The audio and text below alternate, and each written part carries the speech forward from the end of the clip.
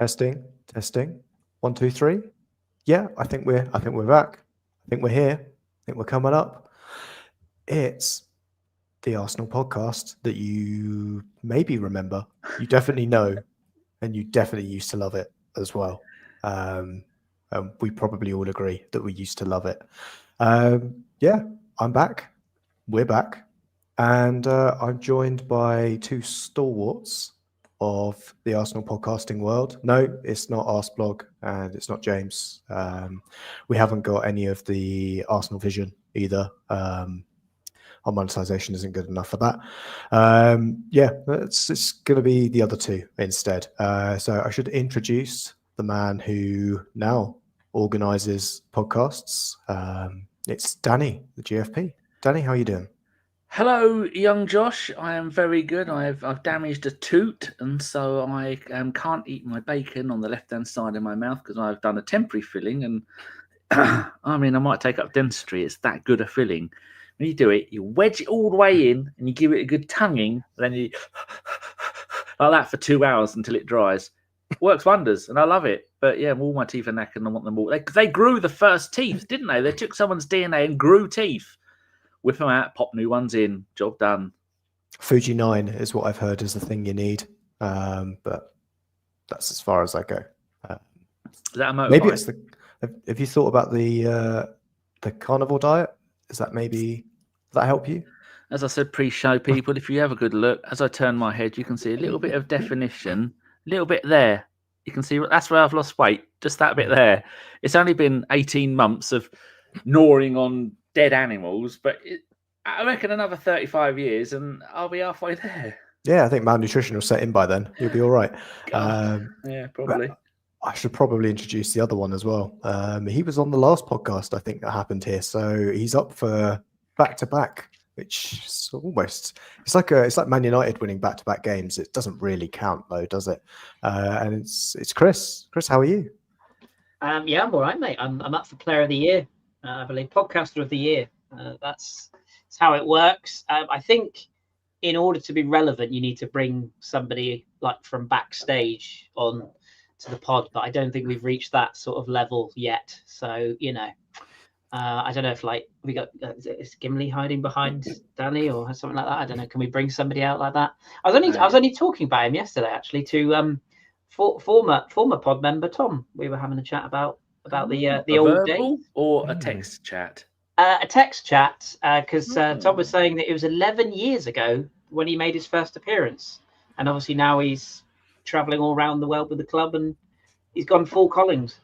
And he always says if it wasn't for us, he might not be where he is because he was a teacher like Sean was. But Sean is loving being a teacher. She got her first actual contract on the 1st of June. I don't know. She signed it. Fuck knows when. He said that exact sentence to me yesterday, funnily enough. Yeah. And he's doing. It makes my heart skip a beat when I see how well him and Harry and Soph and who else do we know in the biz? Collins, of course, yeah. So legend of all. I was reading some of Collins's hogwash today. I was trying to find out the intricacies of the Nketiah deal to see if we get any, because we never in the history of Arsenal have they ever made any money from an add-on. A sell-on, yes. An add-on, no. He won the FA Cup. I'm going down Selhurst Park with a hat and I'll be shimmy-shammying it in front of them asking for an extra $1.5 million. I think the main issue is that we did have one, but it was for 5 goals this season, and yeah, ruined that one, didn't it? Yeah. Collins is the OG. He doesn't really talk to us anymore. We're beneath him now, which is fair enough. It happens to everybody, but every so often he kicks us off his coattails. Get off. Yeah, we're still all in a WhatsApp group with him, and now every January and every July and August. Josh pops in there and goes, all right, Simon, how you doing? Can I ask you a question? That's the only time he ever hears from us. I was even chatting to Dom this morning. That's how old school we've gone. Still knee deep in clunge. I imagine so. Yeah, I keep getting it wrong though. I keep forgetting that he's moved back to Oz now because I keep thinking that him and OG are sat sort of at a bar somewhere in Canada, but of course not anymore. Dom's gone back to Oz, so. He has. Yeah. He's been there ages. You know, him and OG didn't spend much time. If I lived within 100 miles of OG, he'd have to get a restraining order to keep me out of his garden. Same. Yeah, same. But meanwhile, how many of us live 100 miles away from Danny? I know. Sean brought this up. We have in the White Hart in Godmanchester having Sunday roast. £18, people. It's more than you can eat. It's top quality schmutter. And she said, "Isn't it funny how many people have you podcasted with over the years?" I said 300-400 people. She went, "How comes the only ones that come and see you live thousands of miles away?" I said, "John lives in fucking near Stansted. He could be here in half an hour if there was enough hot whores. No fucking chance." Chris nearly did. He thought about it. In my defence, though, you don't have a car. Well, yeah, I don't have a car, and also I struggle to go and meet somebody in Plymouth, like let alone somebody I actually have to travel to go and see. So and you're not allowed on public transport anymore since that incident. Yeah, since the incident we don't speak about. So no with charges. My past, I can't go anywhere which has got God in the name. So that ruled me out as well. There you go. It used to be called Gumcester, Gumcester. So that's why we're known as Gumcestrians. That's a good job that it's G and not C. Josh, move it on. This is ground. Yeah, I was going to say it was almost an interesting fact there. We're going to have to talk about Arsenal at some point. We should probably talk about the season because this is our wrap up, isn't it? Is it? It's not a review, is it? I think so. They go on forever. What else could we do? Well, I've named it excuses yet again. So is that Chris doing an excuse for not wanting to do a podcast despite clearly being on a podcast? A meta excuse, it could be. Yeah. But yeah, I think we should probably talk about the season at some point. And Danny's put together some lovely artwork, which he has reached out to, the great number of wonderful Arsenal-themed artists we've got, and instead hunted them all off and used ChatGPT instead. Just like the not Ashburton Grove, what are they? The AA, that lot. Ashburton Army. Army. Creating Have they been disbanded by the club yet because they were encouraging fans to have fun? Oh, maybe. We'll find out. I'm sure that's to come over the summer. Gary? But yeah, I think we could... Well, Danny, where do we want to start on the season?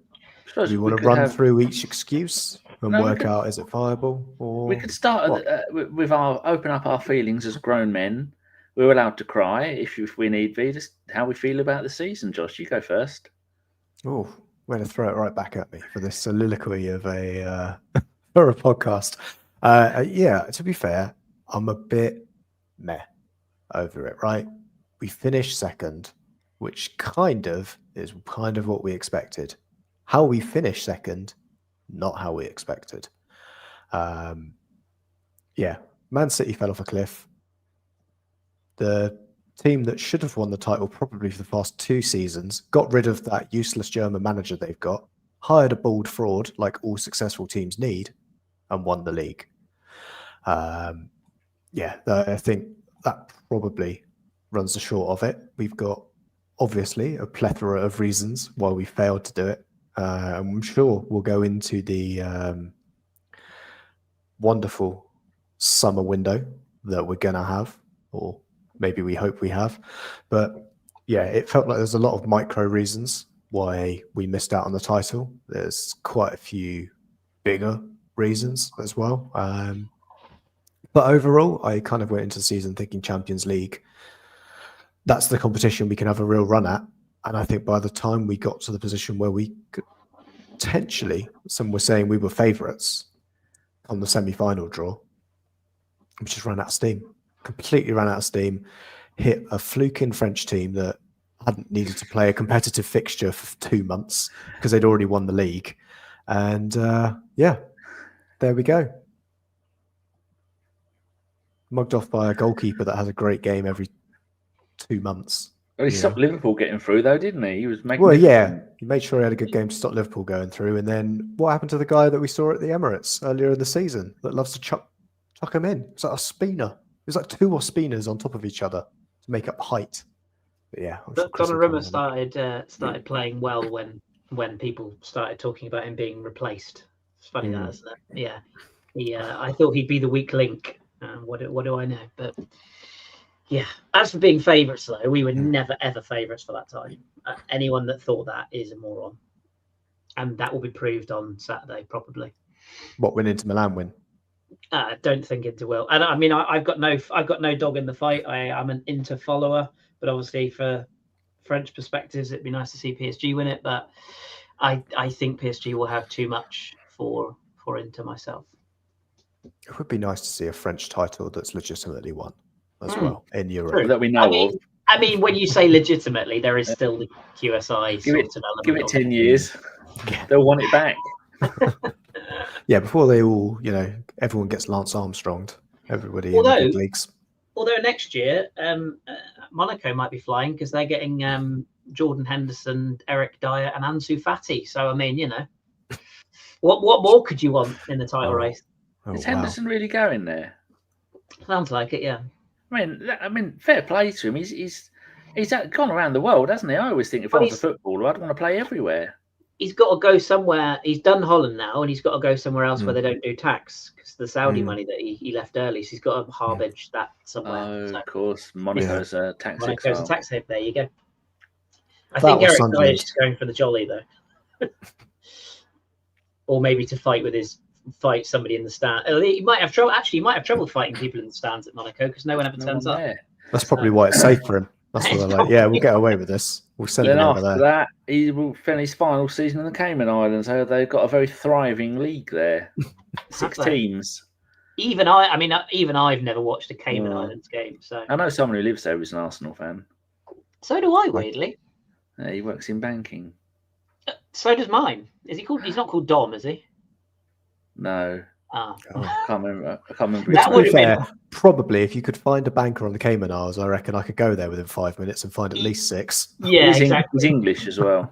Yeah, my guy's English as well. Yeah. Snap. Go on, Chris. How do you feel about the season? I'm going last. I managed to avoid this. I mean, I said like in the green room before we started. I'm glad we're done. Look, it's been. Maybe I'm just getting old, right? The hairline would suggest so, but no maybe about it. Coming from you, but people in glass houses, Josh. But no, I think it's felt like the getting old comment makes you sort of feel because I'm just a bit footballed out. Do you know what I mean? Like there's just so much football, and it comes back to that David Mitchell sketch, doesn't it? Oh, we're watching all the football. There's football everywhere with all of the football, and it just feels a bit like that. And this season was the first season where I deliberately came into it saying, right, I'm gonna endeavour to watch a bit more Championship, which coincided with me cancelling the TNT subscription where I usually would have watched a Saturday game. Have you? I have, yeah, absolutely. A lot of that was due to Argyle. Obviously, it's not going to happen now; they've gone down, but still. And I said I'm not going to get that invested in the European games because obviously I couldn't watch them. And then of course this is the year we go to the bloody semi-finals. And as far as Arsenal games, I was just like, I'm just going to go back to sort of old school. I'm going to listen to it. Reading the result in the paper the next day. CFAX, page 303. No, I was just like, I literally went outside Dixon's. It doesn't exist anymore, and just looked into the window with no TVs. It's brilliant. No, I just sort of went back to the days of, quote unquote, listening on tip wireless. Listen to Adrian Clark and co on the Arsenal app, and just listen to the games. Like I found myself, obviously, if we were on Sky, I would watch the games, but I think you and I touched on this last time we talked, Danny, where we just said, like, as much as we've progressed in terms of Champions League this year, and we have, I feel like the playing style has regressed this year. I felt like we've gone back to being a little bit boring again, and I don't think our football's been particularly exciting. And I don't think we're alone in that. I think if you look at Chelsea, Newcastle, help me out here. I mean, Man United, Spurs, we don't really need to cover, do we? Because they speak for themselves. Barely Premier League teams. Forest. You say everybody bar Bournemouth Yeah. Even Probably. Liverpool, they're not great to watch, are they? We go, oh, Liverpool going to lose this game, and somehow they don't. That was the vibe that I got from everyone. Actually, I think David Moyes' Everton as well. They were cracking to watch. They were fun because they were swashbuckling and they were old school Premier League. They were Barclays men, to make me sound like one of the Utes. And to be fair, I don't mind watching. I don't dislike watching Brighton. I've had some fun watching Palace this year for obvious reasons. But you look at that top echelon. City are just mind-numbingly boring, but they have been for basically 8 years. Everyone's copying them because everyone's scared to lose. Well, this is what brings it back to Arteta. Also, by the way, nice to see that those charges got done. Nice to see that's come out. Oh wait, no, still haven't heard anything about that. That's good. But yeah, that's what worries me a bit about the direction Arteta is sort of going into, and I sort of feel like, and I hope I'm right here, I almost feel like he's actually aware of it. And I do feel like, as well as this whole, signing the golden goose of the striker this summer, I do feel like there might be an element of him thinking we actually need to change our style of play a bit this summer.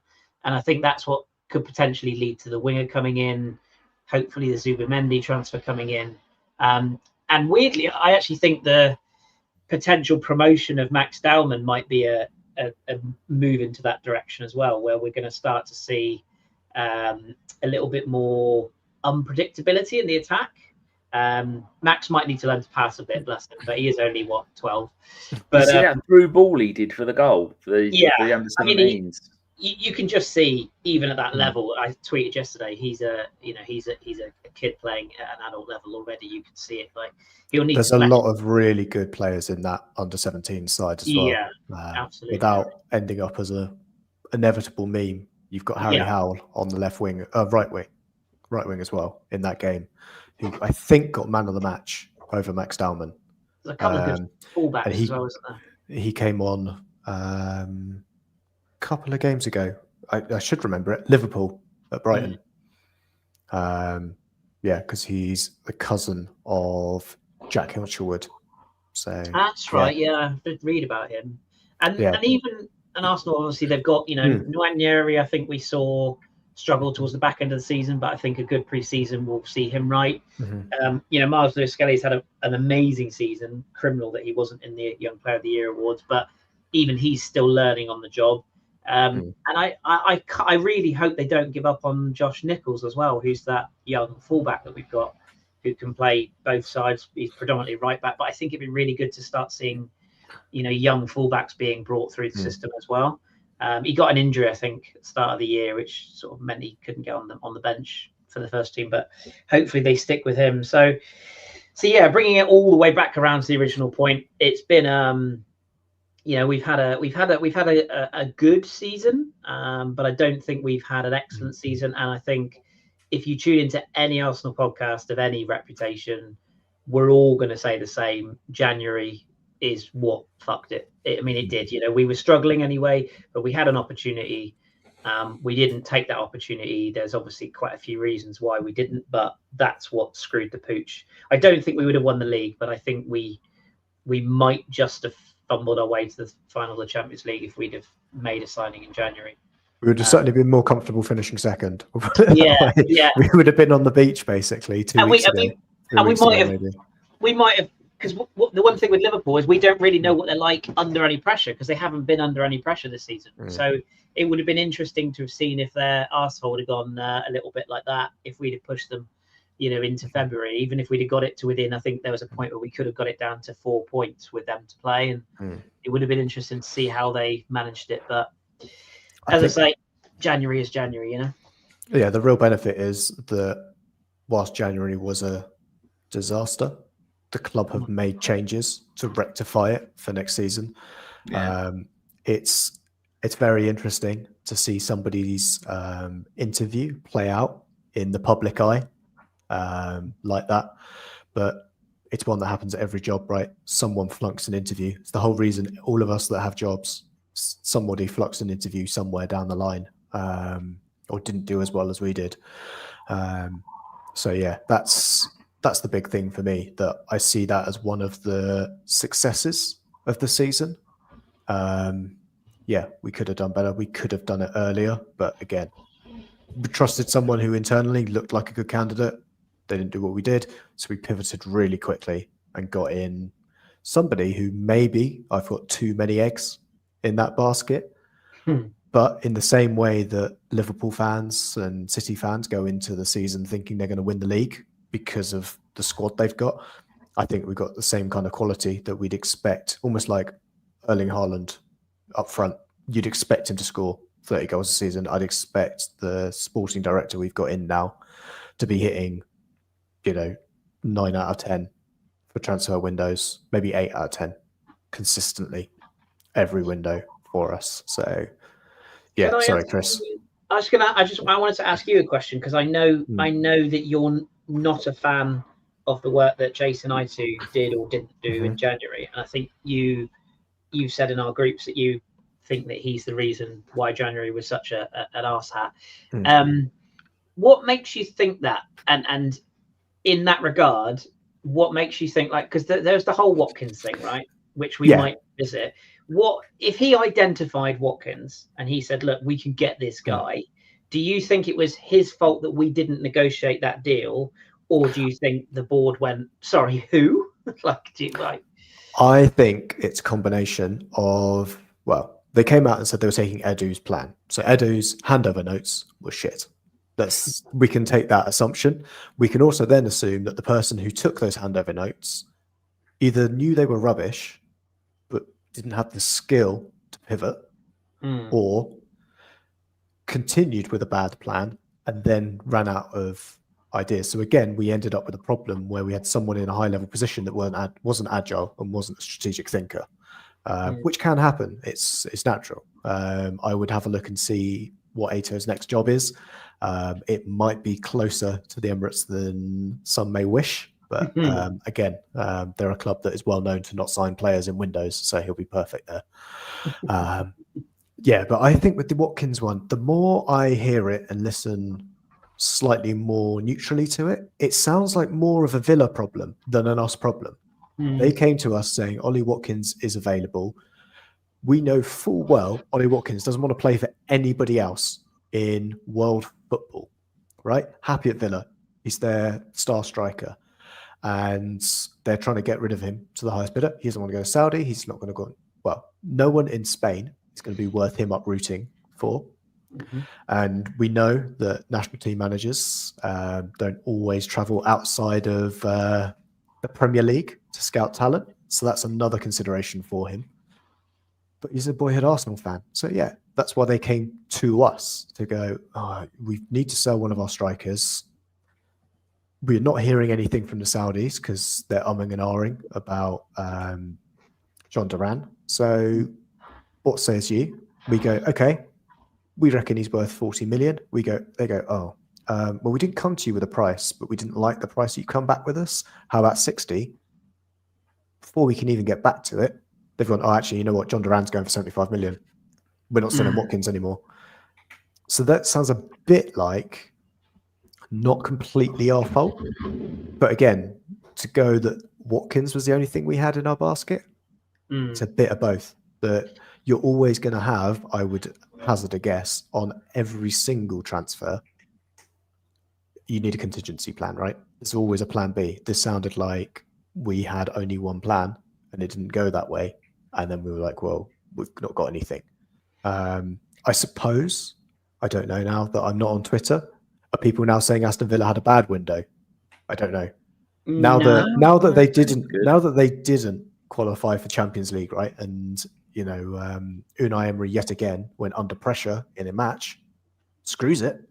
They only needed the draw against the one of the worst teams in the league, and lost 2-0 because a goalkeeper absolutely went mental. Never go full Emmy. No. Then I think that's the one that, Asensio was available. What ended up with 4 goals in the end, 2 of them against lower league sides in the FA Cup. Marcus Rashford ended up getting injured and upsetting their star striker. So not entirely sure that has kind of happened. I think there is also the possibility, of course, that Aston Villa rang us up and said Ollie Watkins is available for 40 million. And we said, what was the price? And they said 40, and we said, okay, 15. Like you just know that the way we negotiate, and I think that's what probably like you, Josh, and I think you're in the same boat here, Danny. We said it when it occurred, but no pressure, Andrea. But this could be massive. Like his employment now could be what changes things around, and the fact that A2's moved on. I think a few people mentioned that it's like the caretaker, isn't it? Nobody was going to negotiate with a guy who wasn't in the job, who was like the caretaker. I assume Berta's going to bring in his own staff now. The only thing that I'm wondering, and I don't know if this is going to be a topic we want to delve into too deep or not, and I'd love to ask Jeff this question, because I have a feeling he would probably know people on the inside more than any of us. Arsenal have always, as a club, been known as, even going back to the David Dean days, they've always been known to be very, very good negotiators, excluding the Suarez deal, and super conscious of, like, if a deal isn't right, and it's Goldilocks deals, right? If the deal isn't 100% right, they're not going to overpay. They're not going to they're not going to Chelsea it, basically, is what we're trying to say. Not just go, well, how much do you want? We'll just pay it all. Like, they're not going to do that. We're very shrewd negotiators. And my slight concern is with that is that this is arguably, for me, this is probably the biggest summer we've had as a club since the Sol Campbell summer, where we need to make marquee signings. And my slight concern is Liverpool are already doing deals for Frimpong, Wirtz, and Kirkes. Frimpong? No, yeah, that's the one. That's the one. Yeah. No. And we're all sat here going, "Oh, Sesko or Gyökeres? Sesko or Gyökeres?" Like, what are we doing? The season's finished. Like, why are the deals not already? I'm assuming it's because Liverpool's transfer window opens on Sunday. Yeah, true. I think that's the main thing, that we can't do any deals, or at least we can't sign anything off for another 3 weeks. Why? So because Liverpool are in the Club World Cup, FIFA have given all the Club World Cup teams special dispensation, so their transfer window opens on the 1st of June. Whereas, isn't it all clubs though? No, only clubs featured in the Club World Cup. Sounds like bullshit. Sign players. But I heard that all clubs were going to get 2 transfer windows. So do we get a go at a second transfer window earlier as well, but not the same as the Club World Cup one? I don't know. I just thought it was for the Club World Cup. All of those teams can make transfers. I don't think it is. Anyone in the chat who knows, please put it in the chat. But I'm sure, I could be wrong. So you could be right. But I think we'll have a look. Captain Hex is saying going in. All right. I know Liverpool's window opens on the 1st of June. Yeah. And of course, the Club World Cup teams are going to move first, but I'm pretty sure that it's all clubs. I think there's 2 transfer windows for all clubs, because otherwise clubs could turn around and go, well, that's not fair. Like, so I think it is all clubs. But if that is the case, no, it looks like it's not. I will stand corrected that wherever I read it was bad at explaining it, and I'm going to still say it's not my fault. It's everybody else's. You don't make the rules, Josh. I just read it badly. It probably was. It said basically for the Club World Cup, there's an extra transfer window. So I've read that. Yeah. Club World Cup. Yeah. It's probably not worded well in your defense, but I mean, even if it wasn't open, even if we had the normal transfer window, my question still remains. Like, I appreciate the striker is probably the one that you need to take the most time over, but how we always seem to be the last of the party. Do you know what I mean? Like, we always seem to be scrabbling around for Sterling on deadline day. Like, why are we not getting deals done? Declan Rice was the one outlier, wasn't it? Where we all knew it was done, but it's very quiet. Do you know what I mean? I just that worries me slightly. Well, we've got a completely different system. That's what I'll go with. Is we've gone from having Edu, who again was Brazilian league and national team, to a guy who's been at Atletico Madrid and gone, fuck it, 72 million, Alvarez, I'm having that done. That kind of thing. So I think that's, it sounds like what we're doing is we're making a lot of, he's sorting out the foundations. So getting the contracts renewed that need renewing in order then to confirm what we're doing on transfers, right? Because say, for example, Trossard doesn't sign a new deal, we've now got to go and find another player who can cover Trossard if we're having to let him go out and try and sell him, which then changes what our striker could be, right? It could be, all right, for example, hypothetically, we can't go for the more expensive one out of Sesko and Gyökeres. We have to go for the other one. Now, we both know, or all know, and I think even everyone in the chat would say, either of those we'll be happy with, right? It's a bit like saying, do you want an Xbox or PlayStation for Christmas? You're going to be happy either way.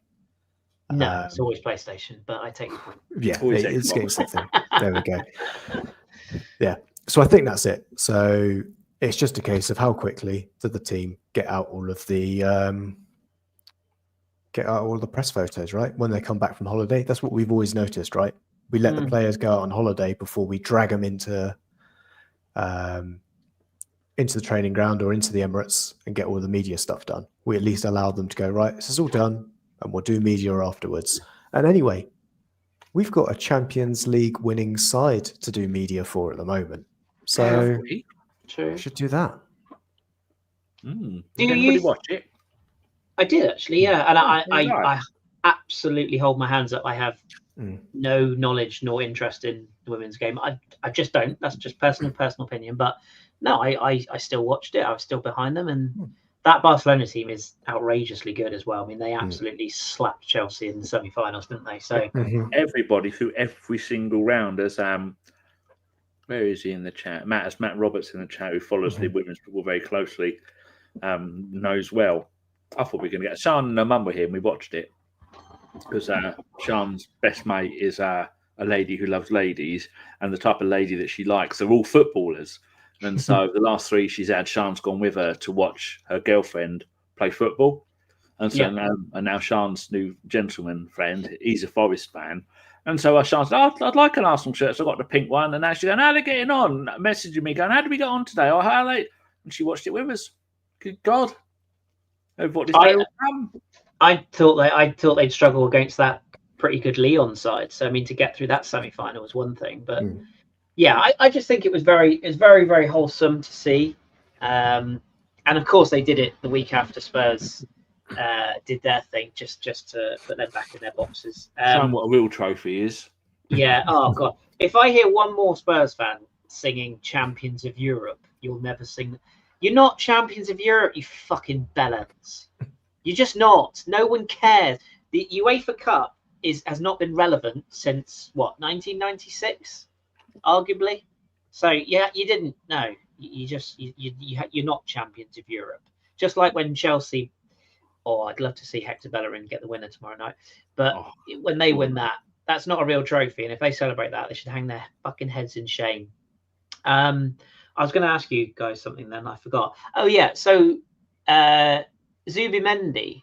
So by all accounts, it sounds like that's quote unquote done. So is that maybe the first one that we see sort of announced in the sort of Rice-esque manner that last year was?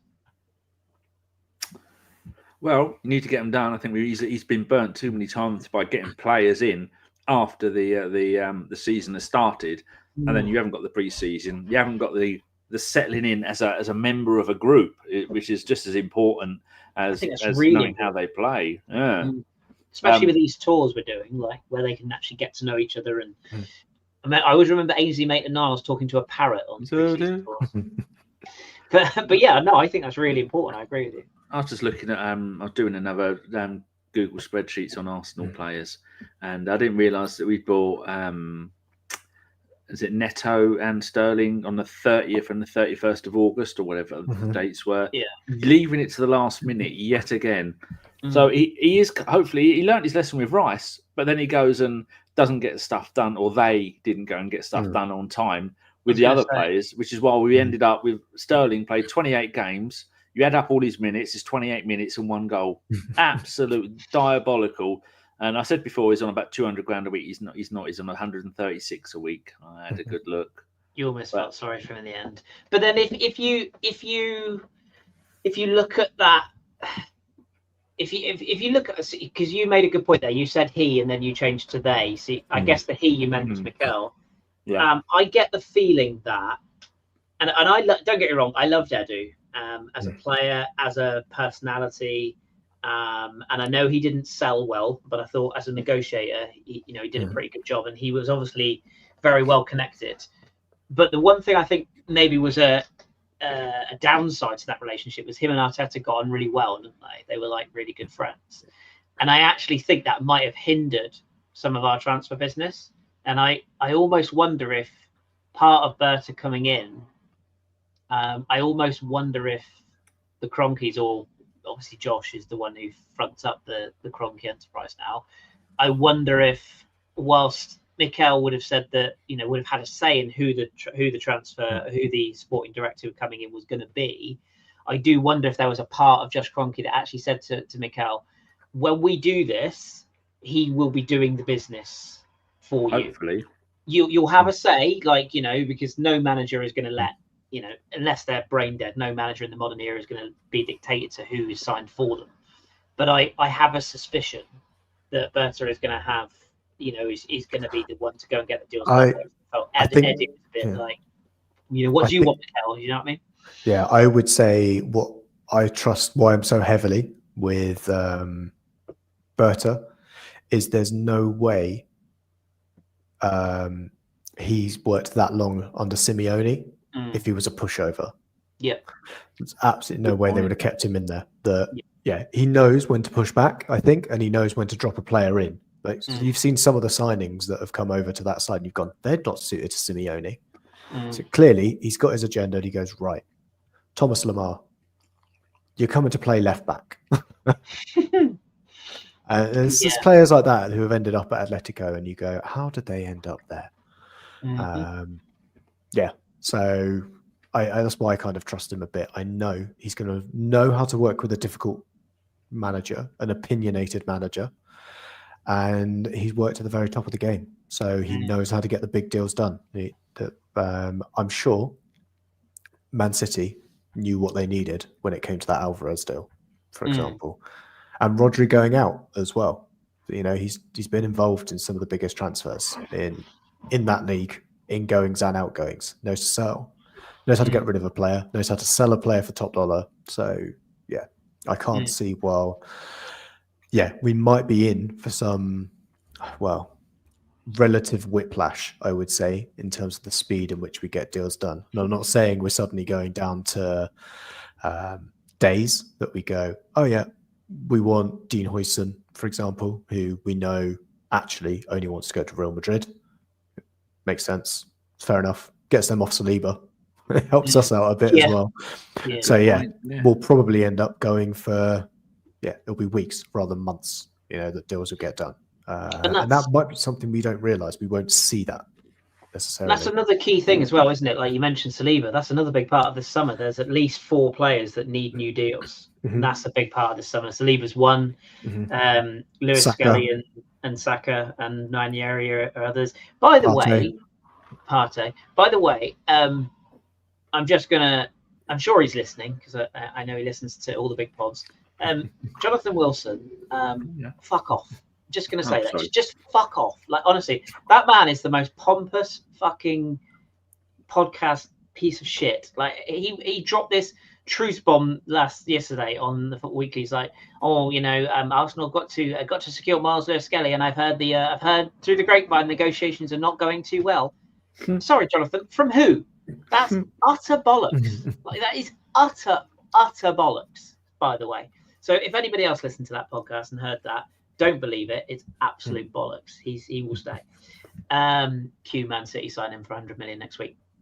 But those contracts are really important, aren't they? Like, and it's that shows what the ship was being run for that last 12 months, right? Even though we talk about January being a problem, it's still been months when we could have been signing new contracts and doing stuff. There's no way the Cronkies went, oh yeah, sorry, Jason. Yeah, we're just going to give you the January window to sort this out. Yeah. We could have Well, at least gone Trossard new deal or done something in there. Yeah, Saka new deal. Arguably, who is it? Somebody put in the chat earlier on. Danny might still be able to find it, but somebody put in the chat the January wasn't the issue. Last summer was. I'd agree with that as well. That I think we had a guy in charge who wanted out as well. And yeah, we hear certain bits and pieces on who wanted Sterling, who didn't want Sterling, what ended up being forced upon because he couldn't get. It works two ways, right? Oh, we were forced upon Sterling because he couldn't get anybody else. And is that because we could find someone in world football who wanted to play right wing for 100 grand a week? Or I mean, Win the Dog would have been better than Sterling, to be fair. I mean, she just looked great at the parade. So, yeah. But I'd have put fucking Chloe Kelly on the right wing. She'd have done a lot more than bloody... well, that was a good January signing. That was a good January signing. The deals they did for the women were actually really good. Yeah. But maybe that's the issue, right? They want to know what I'm eating. Formerly knows her. And John. And John, I am eating probably roadkill. 6 slices of Riccardo's M&S's finest thick bacon, unsalted. Don't get salted because it's unsmoked because the smoked stuff is just a paste, and 300 grams of mushrooms in a bowl. And why do I have a bowl, people? Because if I have a plate, it'll fall on the fucking floor. I don't use plates anymore. Did you negotiate that deal with Jason A2 to bring in that bacon, or was that 2 things I want to bring up while Chris is insulting me? Feel free. Remember the bloke we've got coming in. What's his name? The head bloke. Big Bertha. Big Bertha. He was the bloke who sold. Who's the French lesbian with the plays for them? Sold them to Barcelona. Griezmann. Yeah. Sold French them to Barcelona. How dare you? Him and Nasri, they're a pair of French lesbians. It's known. I mean, Sean's mate told me because she's in them circles. Good lord. And sold him to Barcelona for 120 million of your finest euros. 2 years later, got him back on loan and then bought him back for 40 million a year, 80 million profit. And he was shit at Barcelona. He wasn't even any good. You do have to factor in this. You do have to factor in one key little bit of information there, and the words Barca and Lona are in that sentence. Because let's be honest, they couldn't run a fucking piss up in a brewery financially. So I mean, you do have to sort of caveat that. But yeah, I mean, he did. You can't. And the other thing I thought, what did Wolves do a couple of seasons ago with their away kit? Anyone remember? Hands up if you know. With their away kit? Yeah. As in colour of it? Yeah, the colour of it. They went a certain cut. They did a Portuguese kit, didn't they? How long before our third kit is going to be the Spanish kit? Because we've got so many Spaniards at the club. Well, anything's better than that white thing, for Christ's sake. What? I like the white ones. Oh, I do like the white ones. Sorry, what am I listening to? Who was white? It doesn't matter at all. The history of the Arsenal. No, it's not. Go right back in time. No. Before the Brexit lovers who say, we were yellow and blue. No. You'll find that we had a white kit in there. No, I don't want to go. I don't want to go. I don't want to go full Gav here. It should be yellow and blue. I don't want to go full Gav. Never go full Gav. Gav. I'm fine with the. You had gout. I'm fine with it with colourful away kits, and I quite like the new twist on the lightning bolt one for next year. I don't. I think it's fucking horrible. You would, but the the third kit. White. I don't care. Like I know it looks nice with burgundy if it's another club, but it shouldn't have white in. No, I'm sorry. Didn't you once have an entire suit made from velvet? I still have it. But I don't. Where do you think he was going to sell it to? It's nothing. There's nothing to do with Spurs, is it? It got away. Child performers don't wear velvet anymore. It's not selling it off to the to Broadway or. I'm not allowed to work with children anymore. We've discussed that. No. I say Archie just made a good point, Danny, to piss on your chips about Spanish kit. Berta's Italian. Fuck off. I did wonder if you heard him speak. Actually, the Italian kit, that's a lovely kit. The Nerazzurri. Have you heard the new fancy kits they're going to do for the Euros? The Italians are going to have a theme to the Roman naked. They're all going to be naked. They're all going to look like Calafiori and bronzed. It's going to have a Roman Colosseum in the background of the shirt. Looks very nice.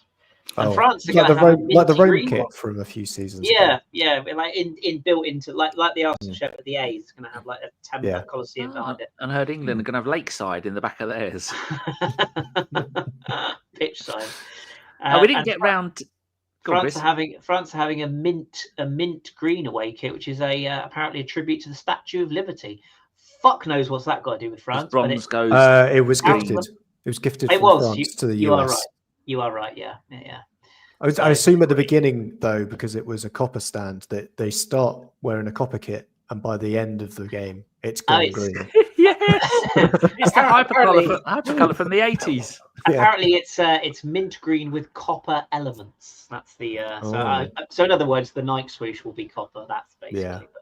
Anyway, I have a question for you two. Well, I didn't say how I felt about the ceiling. Fuck the season. Fucked off. Right. What is the ceiling like? I don't know. Well, badly done. My one. I don't think the bloke who did it was either a dwarf or drunk or both. Yeah, but fucked off. That's how I feel about the season.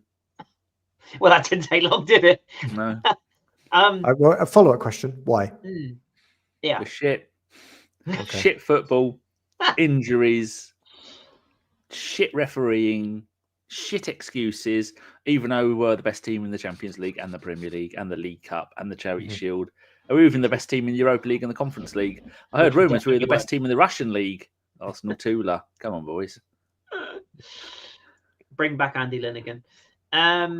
He's a plumber. He is. Yeah, he is. My question to you was, we touched on the idea of incomings. So I did a tweet. Can you call them tweets anymore? I don't know. I did a post on Elon Musk's bum. And did you get any fucking replies to it? Oh, did I fuck? But no, that's why I've stopped. Well, I've pinned it to my profile because I just want to see how close we get at the end of the summer. So I made a list of things we need to do, or things that I'd like to see us do this summer. Did you at the club? No, I said I'll invoice them and I hashtagged them. So I'm sure they'll see it. That's more than fair. I'm sure the money's on the way as we speak. So I basically said that you need to do new contracts for Saliba, Saka, Trossard, Partey, subject to change. Don't need to say anything else. You want to keep Trossard? Yeah, I'll come back to that. I know you don't, Josh. So I'll come back. I'd also keep Partey irrespective. Yeah. Okay. Well, one particular I might have to dance around this. I was going to say, depends what your irrespective is. As long as he stays off the Viagra. Is it the same as my irrespective, or?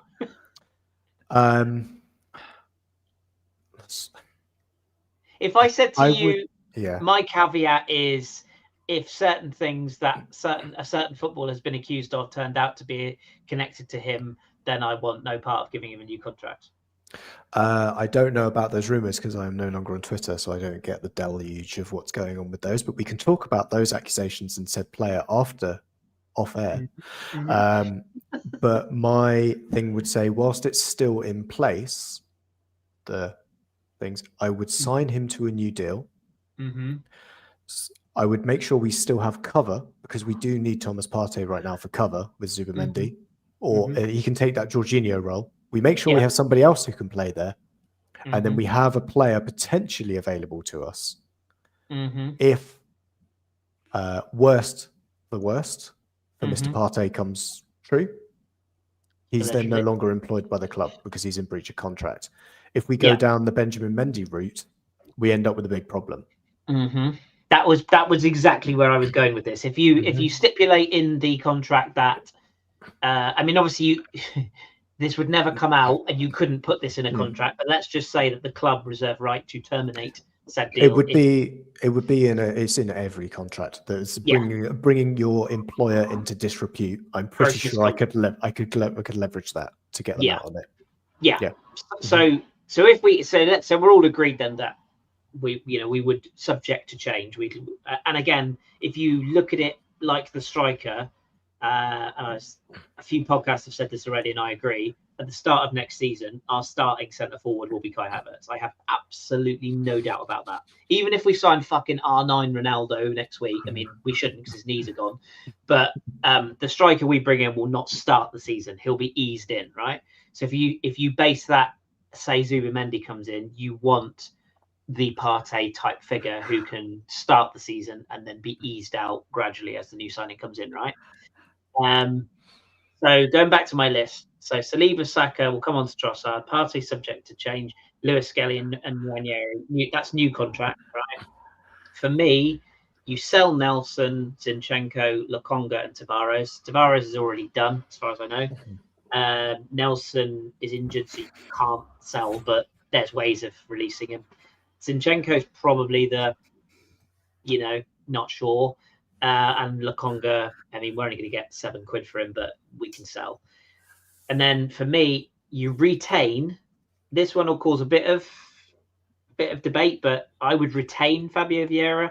Tomiyasu on a pay-as-you-play contract if he can prove his fitness. You say you're going to keep Fabio Vieira. You're going to take his knees and his ankles to then give to our other players because he's not going to be as a fucking player, is it? Well, no, he did fuck all when he was back in Portugal. I know he did, but the argument I have with Fabio, there's two arguments. One is I give him pre-season, and I basically say to him like, you're on last case scenario here. But the other issue, slapping the chops. The other issue I've got with Vieira is it's all right saying I'll get rid of him. We paid about 30 million. If we sell him tomorrow, we're going to get about 7-8 million max. I'd rather just have him as a body. Like at this point, there's a club in Portugal about to go very big and spend lots of money on an attacking somewhere between a position that Fabio Vieira would play in and has been at that club this summer. And I would hazard a guess, I would quite like to sell him back to that club. Boa Vista? No. Porto are going quite heavily for Julio and Ciso at the moment. They are. And that would require 30 million or so. So, yeah. I just don't think you sell Vieira. I just don't think Vieira gets anywhere near. I don't think you get any more than 10 mil max, like absolute max. And I think even then you're pushing it. It wouldn't even get that much if he harvest his organs. But that's just my take. Again, Tomiyasu, as I say, pay per play, mainly because there's an element of help him out. Yeah, it's a bit El Nene and it's a bit Diaby as well. He's clearly a really good footballer and he's clearly a really likable bloke. And it's not his fault that he's got these injuries, but we're not a charity. So I think you basically say to him, look, you've got this contract to the end of next season as it is. If you come back and prove your fitness by the end of the year, which is, I think he's due back at the end of the year, and he can stay fit, then you give him a pay-as-you-play deal if he's happy with that. And I think he's the sort of player that will accept that. I think he also has to spend 90 days in the country as well, right? Otherwise, he can't legally work for us. Legally work for us, Pretty sure he's been in Japan most of the year. And the other one as well is Jakub Kiwior, which if you'd have said this to me even 3 months ago, I'd have been like insta-sell because I thought he was one of the worst centre-backs I've ever seen at this club. And I put Stefanos in that. No, I really thought he was terrible. But again, in the interest of fairness, he's come in like a new player. I mean, he wasn't even getting in the Polish team at the start of the season. He was out of favour completely. But he's looked a different player since he's come in. It's almost like he's risen to the challenge. The only issue I think with him is that he might want to play more, right? So it's a difficult one. But if he's either way, we'll get more money from him if we sell him because of his performances. Yeah. Or if he stays, we've seen that we don't need to go and buy another player as a backup. And also, Calafiori can't stay fit. So realistically, he is next in line behind Gabriel and Saliba. He's the third choice centre back because I don't think Mikel Arteta. I don't think he sees Ben White as a centre back anymore as much as I think he should, but I don't think he does. So I think Kiwior's next in line. So you've only really got to you've still got to get past Gabriel and Saliba, but as we've seen this season, an injury to either and he's in. So if he's happy to stay, you keep him. I'm promoting Tommy Setford, Rosiak, Max Dowman, and Josh Nichols. So there's the 4 that I take on the tour. Hopefully none of them sign for Man United this time, for sake. And then in terms of what I sign, as in marquee players, the centre forward, a winger, ideally a winger who can play both sides, but especially left-sided. A centre midfielder, if you assume Zubimendi's done, there's your box tick there. Wait for it. A left back, because we have to sign a left back. Right. A backup goalkeeper, which again, sounds like it's going to get done. And then I personally would add what I call 3 young projects. So I don't mean young projects as in promote what we've got. I've included that above. I'm saying 3 players. Do you remember the summer where we brought in like Gael Clichy, David Grondin, Alberto Mendes? Like they, a lot of them were a bit shit. Kolo Touré as well. But we brought in those players that Arsene Wenger knew, and we all went, ooh. But they were shots in the dark. Do you know what I mean? They were players that might just do a job. It was Martinelli was the last one we did that with. Yeah, I would say. I agree. Edu knows a guy who's playing in the Brazilian 4th division. Yeah, He's exactly. come to the national team. Yeah, But not the only time Edu used his contacts at the fucking Brazil national team. As we watched Vinny Jr., Rodrigo, and all the rest of them. Keep going. All ending up going to fucking Spain. And by the way, seeing as you're on here, Josh, I get your opinion on this. I wouldn't be against us dipping into the Championship for a couple of those players, by the way. Like a Chris Rigg, for example, someone like that. Well, it's very difficult to get Chris Rigg out of the Championship now that he's a Premier League player. You know what I mean. Yeah. Gus Hayward. Oh, please no, not with a barge pole. He gives me Forestieri when he was at Sheffield Wednesday. He gives me the creeps. Oh, I don't know. Is that kind of... Someone will tell me that Hamer is not 28, which is the age I assume he is. He's probably like 23 or something. He's probably 21, and he's had the hardest paper round. In South America. He's from Central South America. Those are the lazy assumptions I have about Hamer. He is actually 27, by the way. So. Is he 27? And is he from somewhere like the Czech Republic, Costa Rica? Sorry, he's Dutch. Is he? Yeah. Oh, blimey. I wouldn't actually sign him, by the way. I was just throwing it out there. There is an opportunity for us to do.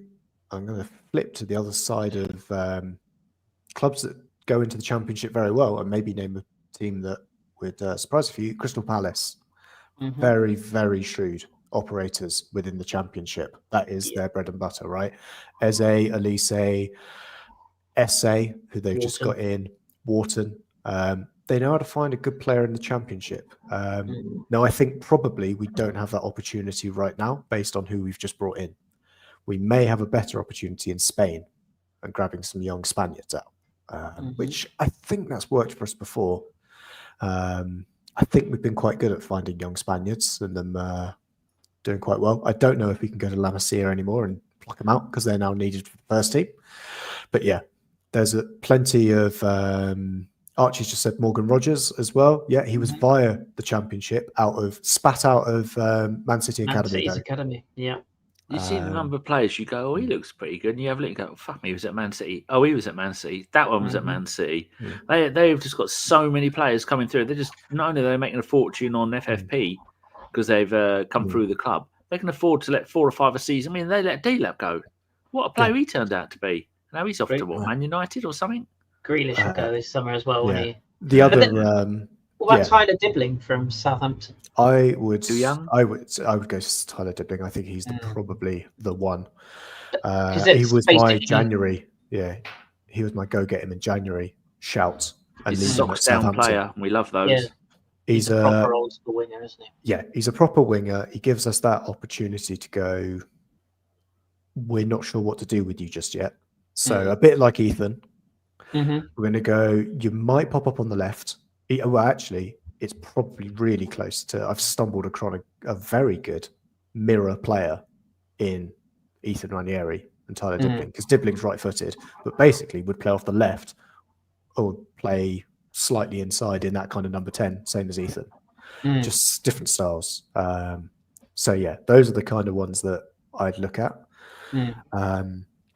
But yeah, I agree. We've got a weird gap at the moment where there's this, to say, I know this might sound a bit too harsh, but hopefully people look past the harshness and see the logic that's behind it. At the moment, we're dipping into a 14, 15-year-old. That's the only person we're pulling out the academy. Can you rephrase that, please? Don't take that out of context. Only Adam Johnson dips into 14-year-olds. True. So yeah, proven, by the way. We're looking at Yeah, Max Dowman. I know he's doing sensational things for way above his age range, and we've also been, we plucked out MLS and Ethan. I know we've had our eye on both of those players, but there is quite a gap in terms of experience. We're bringing out. I know they're all teenagers, but we're talking about players under the age of 17. That's what we're dipping into from our academy. And the players we're buying are about 24. Because we brought through all those other ones, we're missing out the 20-year-olds. We've got a generation gap, basically, or we end up with the kid who is Butley Ajayi. Oh, yeah, Nathan. Yeah. He's going on free, isn't he? Well, he's 22, isn't he? And that was a surprise to everybody. It just shows about that generation. It wasn't the strongest. He won't even. He struggled at League One. So we need to buy in that kind of gap player. But then again, everybody, if they're half decent at another club, they're not going to go, "Here, come and play for us," and you'll be playing in the under 21s for a season. They go, "Fuck off! I'm playing first team football." I think that's why we've got the opportunity of first team football at a higher level. This is the problem, though, isn't it? Like, so if you're Max Dowman, because this is why Aiden Haven and John Obi Mikel or whatever the fuck his name is left. I know that's not his real name, Obi. They left because they looked at Man United and went, look at what they've got. I can get in that team. Whereas they looked at the Arsenal side and went, well, I've got to go through Saka, Martinelli, Trossard, etc. And Aiden Haven looked at Saliba and Gabriel and went, well, I'm not getting past them. I'm probably not getting past even Kiwior and Calafiori. And I'll move to a team that's going to play 3 at the back. So there's an extra position for me to play. And had already signed Lenny Yoro, who was, not the finished article, and he was already getting game time. So this is the issue with like Max Dowman, for example. You have to be realistic because, like, look at Nwaneri's form. Like, he burst into the scene, and then by the end of the season, he was really struggling, and that's natural because he's a young player. Like, you can't put too much on him. But this also comes down to the manager, right? So, if Mikel brings in 3 or 4 of that list I've got there that are established internationals in the forward position, the wing position, and the midfield, he brings in those established players. There's no point in what I would call, if you look at Tyler Dibbling, for example, so what I would consider him to be as a signing is he's a signing with a view to the future, but he's in and around the squad now, right? So he's padding the squad. He's that player that you play in the Carabao Cup, the FA Cup early rounds. He's on the bench for the Champions League dead rubbers. Plus, he'll have seen you're good. You'll play. Exactly, and you train with the first team, and then if we have to start. And this is a whole other subject, but Mikel has to start trusting the players he's got, because we cannot go through another season, especially with our fucking hamstrings, relying on just the same 16 players. We have to start looking at, okay, we've got Sunderland away, for argument's sake, on, let's just say like mid-October. So we're already established into the season. Mid-October, we've got Sunderland away. Okay, can we bring in the likes of Trossard and I don't know, like Calafiori and whatever. So we can rotate the team, but can we also, into that mix, throw in a Nwaneri or a Dowman and say, yeah, actually, you get this game. Do you know what I mean? Like, we cannot just keep flogging Saka, etc., and expecting their bodies not to give up, because it will happen. So my point is, if you're gonna sign young players, you've either got to say these are being signed as academy players, or as Arsene Wenger did with Theo Walcott all those years ago, and he said, look, he is coming in as a 16-year-old, but yeah, he will train with the first team. He will be viewed as a first-team player. Yeah, I would. It's kind of annoying because we'll see Dibbling probably go somewhere. Not sure where yet. He's got but the other all over him, hasn't he? Well, I don't know. I think. Wow. I don't want to. I don't know. I think they're smarter than that now. So look at Joe Bellingham, for example. He's going to the Bundesliga. And I know there's a bit of a well-worn path with the Bellinghams going from the Championship to Germany. So that's probably a heavy factor for why he's going to that league.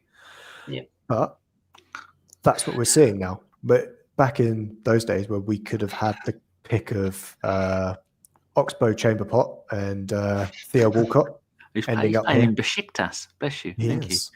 Yeah, we could have those players coming in, and they wouldn't have even contemplated going out to the Bundesliga or going out to Ligue 1 or going to. I don't think many are going into Spain, but I could probably be wrong. If you're Spanish, you're going to Serie A. If you're Scottish, you're going to Serie A. That's now a well-worn path. So yeah, Serie A. He's a prime. He's a prime. He's a prime like Oxlade-Chamberlain. That's an absolute like when I'm thinking about squad padding. He's a perfect example of what I would associate as a squad play padder. anywhere. Yeah, and just someone that basically it's Kieran Tierney in midfield. That's what you're looking for. A player who is not going to kick up a stink, who potentially could play his way in on good form, but is a squad player. I mentioned him earlier on, but it's Kolo Touré. It's we probably only have, I would argue, 2 positions where you'd go, a youth player would look at that and go, "There's no pathway for me." One of them being playing behind Saka, and the other one I haven't quite decided yet, but it's either centre back or goalkeeper. Do we know where Nwaneri's future is position wise? Is it going to be 10? I think it would be. It's going to be cover. It's going to be cover for Saka, isn't it? It's cover for Saka, but this also go into we're all hoping and expecting Arteta changes the system slightly as well. So that could change how much freedom certain players are afforded. So yeah, that's where I'd look at it. We're also expecting a system change. So who covers Martin Odegaard then? Because I have a theory. No one. Well, I have a theory that I mentioned it earlier on. I think we start the season with Kai as our starting centre forward, and I have a suspicion that once the new striker is acclimatized in, Robert Pires, if you will, if you know, you know, and by sort of again September, October, that striker is then starting. I think you'll then see Kai move back into midfield, and I think you'll see an Odegaard, Rice, Havertz midfield with only one winger. That's what I think will happen, and that will be Saka, obviously. So I don't think we'll play with that or a double pivot. Yeah. And Havertz goes in behind, and we play 2 up top. We go back to that. 4-2-4, or a 4, or again a 4-2-3-1 where you have Odegaard, Saka, and Havertz in basically free roles. Isn't now the perfect time to? I mean, formations revolve over the space of 20, 25 years. No one's playing big man, little man up front, are they? Surely there's got to be someone who's going to have a go at that. Your Duncan Ferguson or your Alan Smith and Ian Wright. Palace sort of do with Mateta and Eze to a degree. Inter did it before Lukaku decided to follow Conte everywhere. Go away. Disobedient cat. Be gone. Well, actually, would you say that current Inter is a big man, little man? Yeah. Well, Lautaro and Marcus Thuram. Yeah, it's more big man, really, isn't it?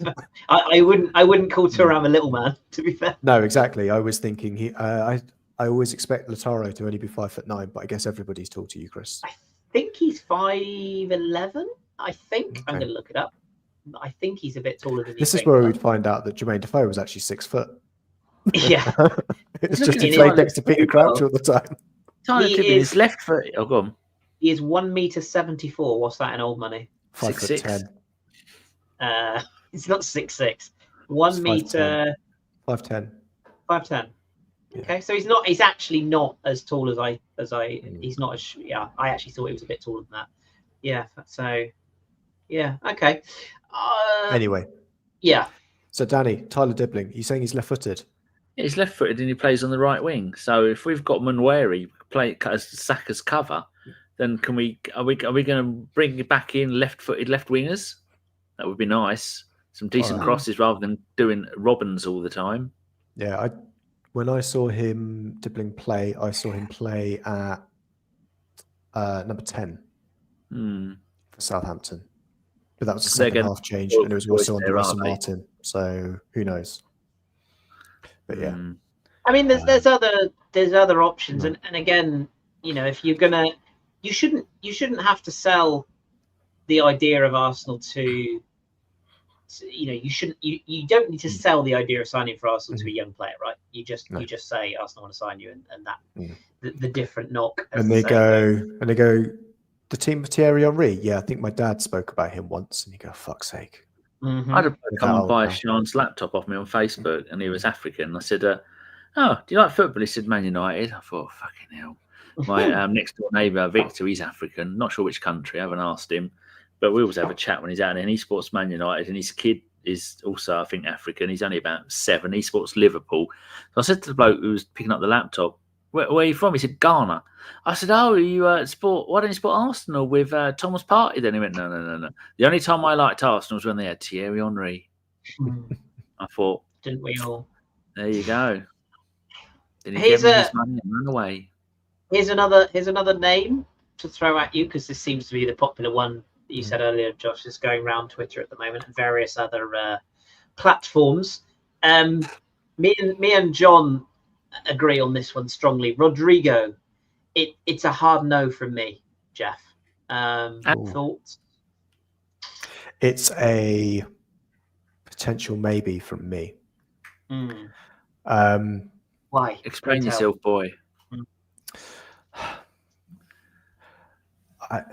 He's thinking. I'm thinking about it. While you're thinking, I tell Matt it's Dora. It's Tom, my mum's cat. I think that for Rodrigo, he's better than Martinelli. Is he though? I think he's better than Martinelli. Now, being able to cover at striker isn't necessarily a problem. That we need a player like that to fulfill. But I do think he's an upgrade on what we've got on the left-hand side. My worry is he's just basically the regen of Jesus. And not the boy that lived in Nazareth. Not the boy from Nazareth. The currently injured one. I guess the other one was permanently injured, but this one's very injured. Does he only play the Easter fixtures? Yeah, that's it. Only the ones after Easter. Yeah, it's a very confusing timeline. But yeah, I think he fits that profile to me of someone who isn't really a striker, is probably better off the left.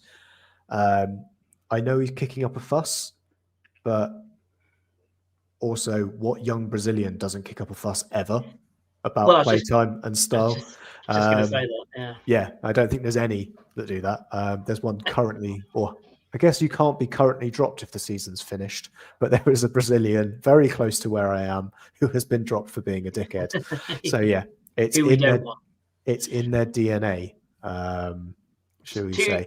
To be fair, I would kick up a stink if I wasn't being played over that fraud Vinicius Junior, but that's a story for another day. Well, that's it, that he goes on the other flank, doesn't he? He's over on the right, which isn't his best position. His pure job is to service Mbappe, Bellingham, Vinicius. That's his only job. It's a bit like being, I guess they got, actually, we'll say Gareth Bale at Real Madrid.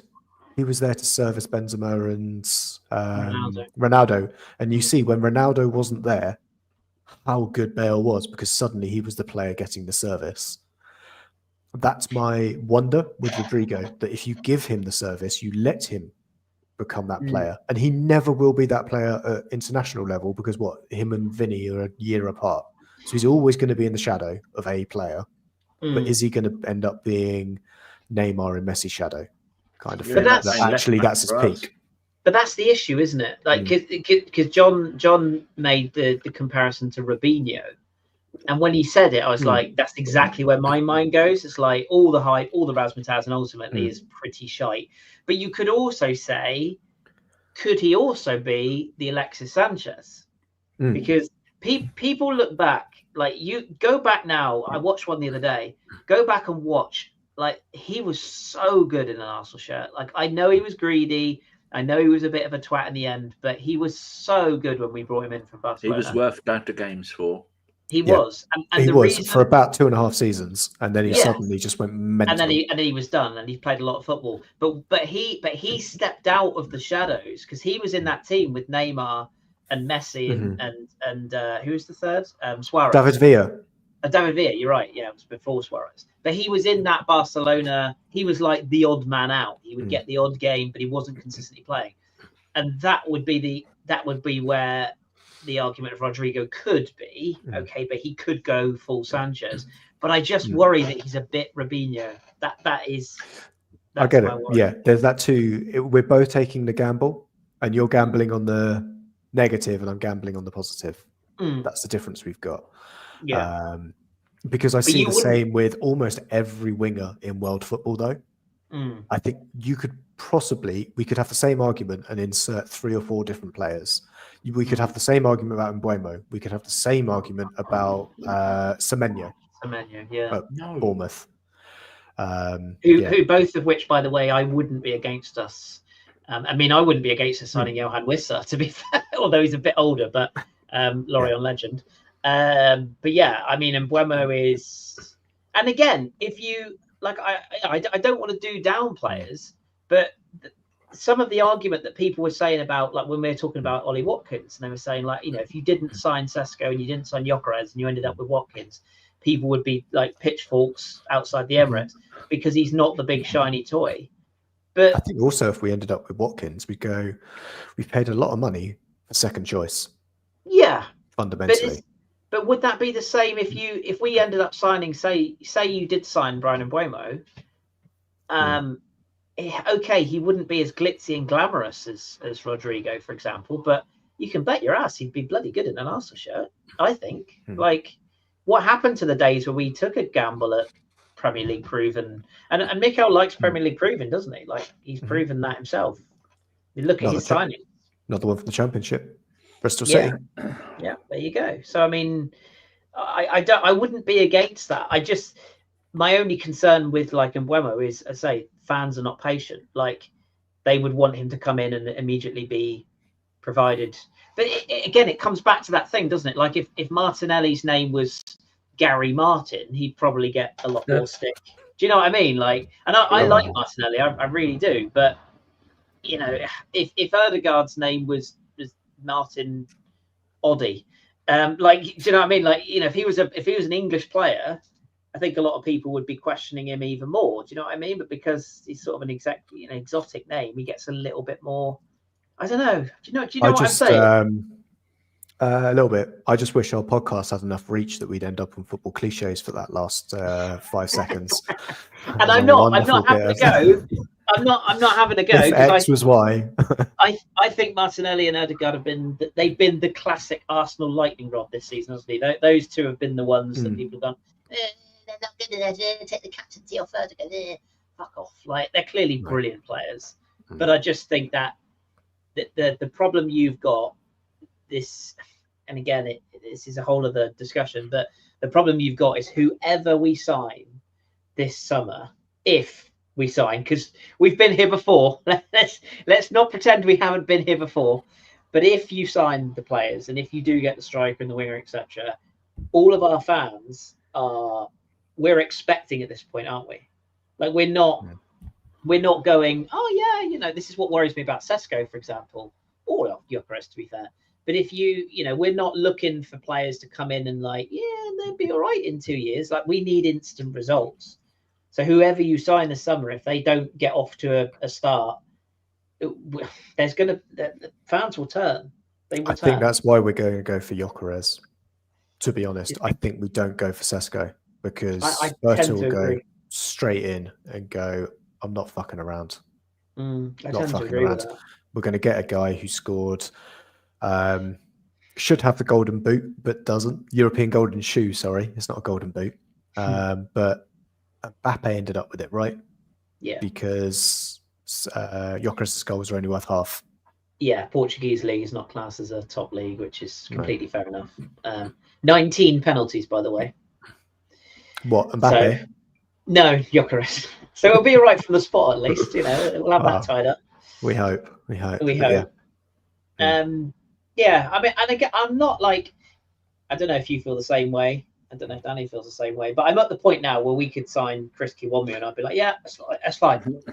I'm done. I'm so done with talk of centre forwards now. Like, I see Chelsea are looking at Ekitike now, which breaks my heart. That's another player I'm going to have to disown. I saw the figure they wanted for Ekitike, though. I was thinking, only Chelsea are paying Chelsea that. will pay it. Exactly. They've got perfectly good strikers in Strasbourg, by the way, that they could just take, but that's another story. Is there anybody else that you would look at that if you didn't go for Sesko or Gyökeres? I mean, because everyone's talking about it's going to be one of those two. I mean, I guess you've got the Canadian out of Lille, who's available on a free transfer. I saw him yesterday. He's a decent player. He's not. He will end up. Do you know where I think Serie he'll A, end up? isn't he? Somewhere in Germany. No, AC Milan. You won't believe where I think he's going to end up. Newcastle. Bolton. Leeds.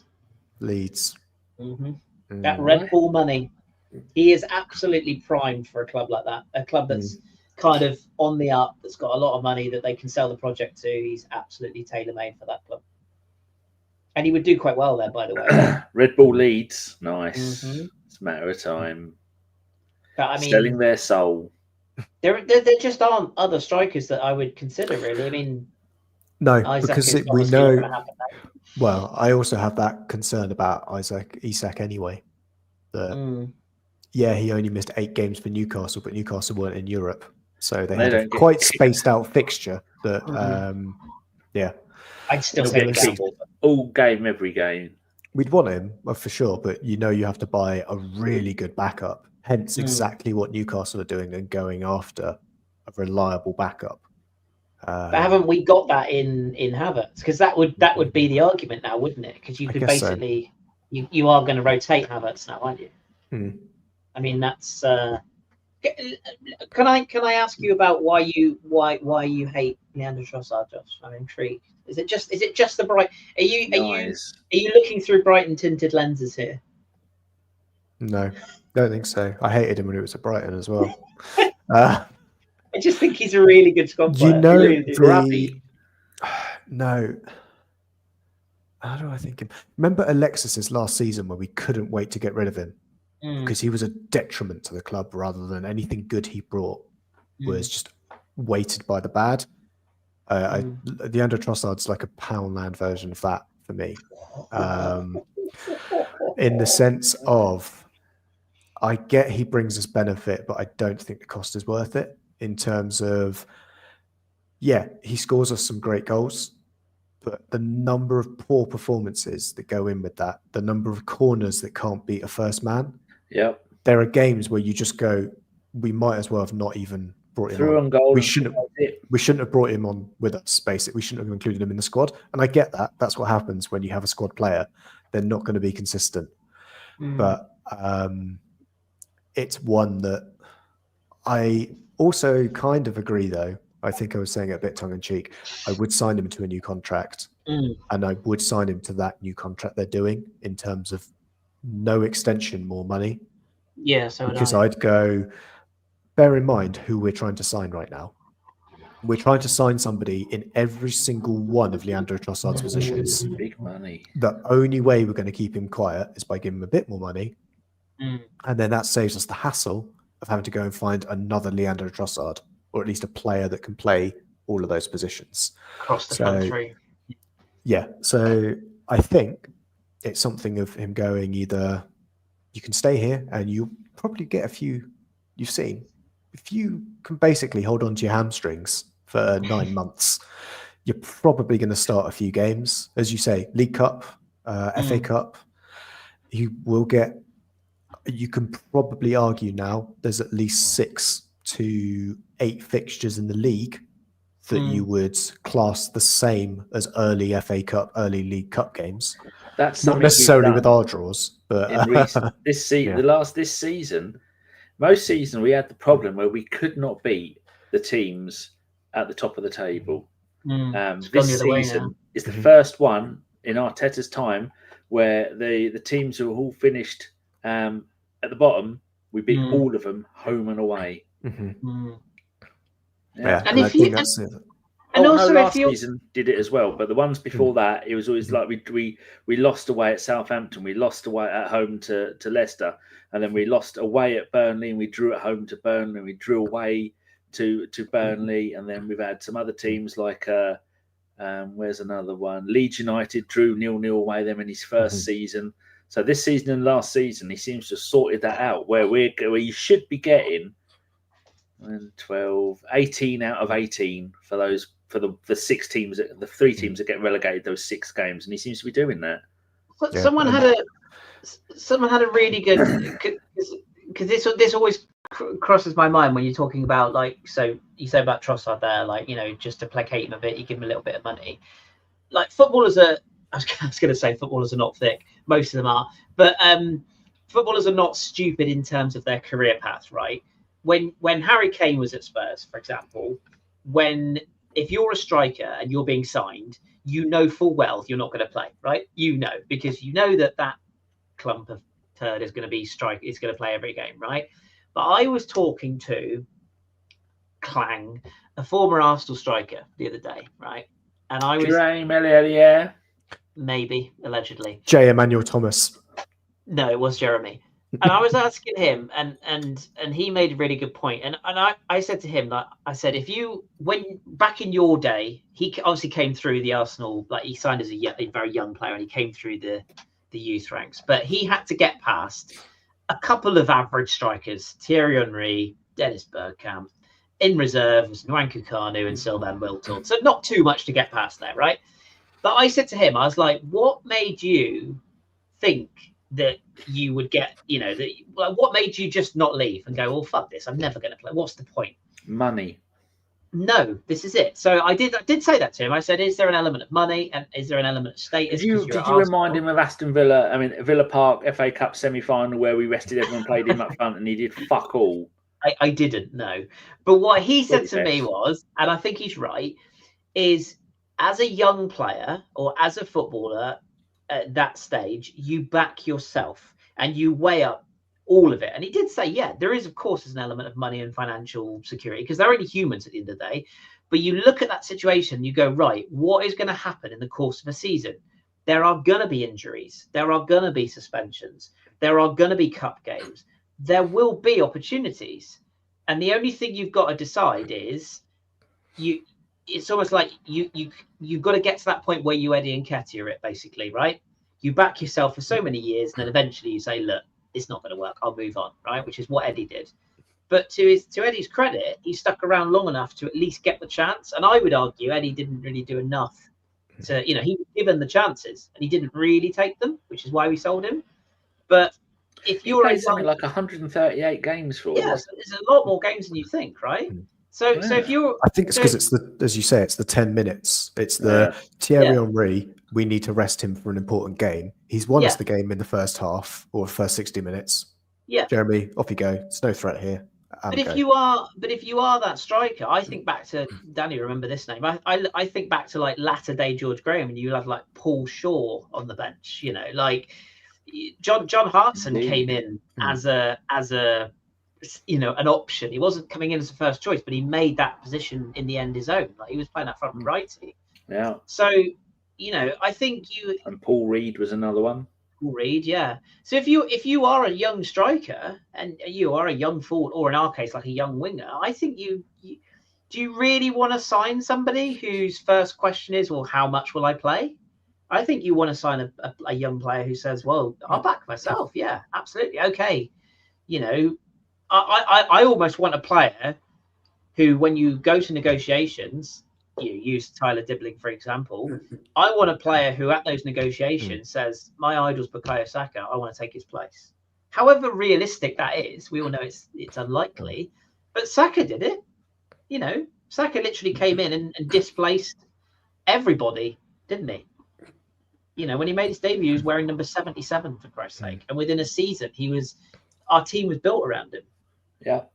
So if you're good enough, but again, the manager has to back you.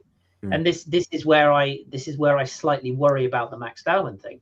You know, if he hogs the ball a bit, and then will he get dropped to the reserves and never to be seen again? You know, Charlie Patino style. Charlie Patino. What was the other lad? The winger that I looked. Miguel Aziz. No, Kiddo. Is it Kiddo? Kiddo Hart. Yeah. I watched him in pre-season. I was like, there's a player. This guy looks mustard, and just never got a chance. We've got Salah as well, haven't we? Saladin, yeah.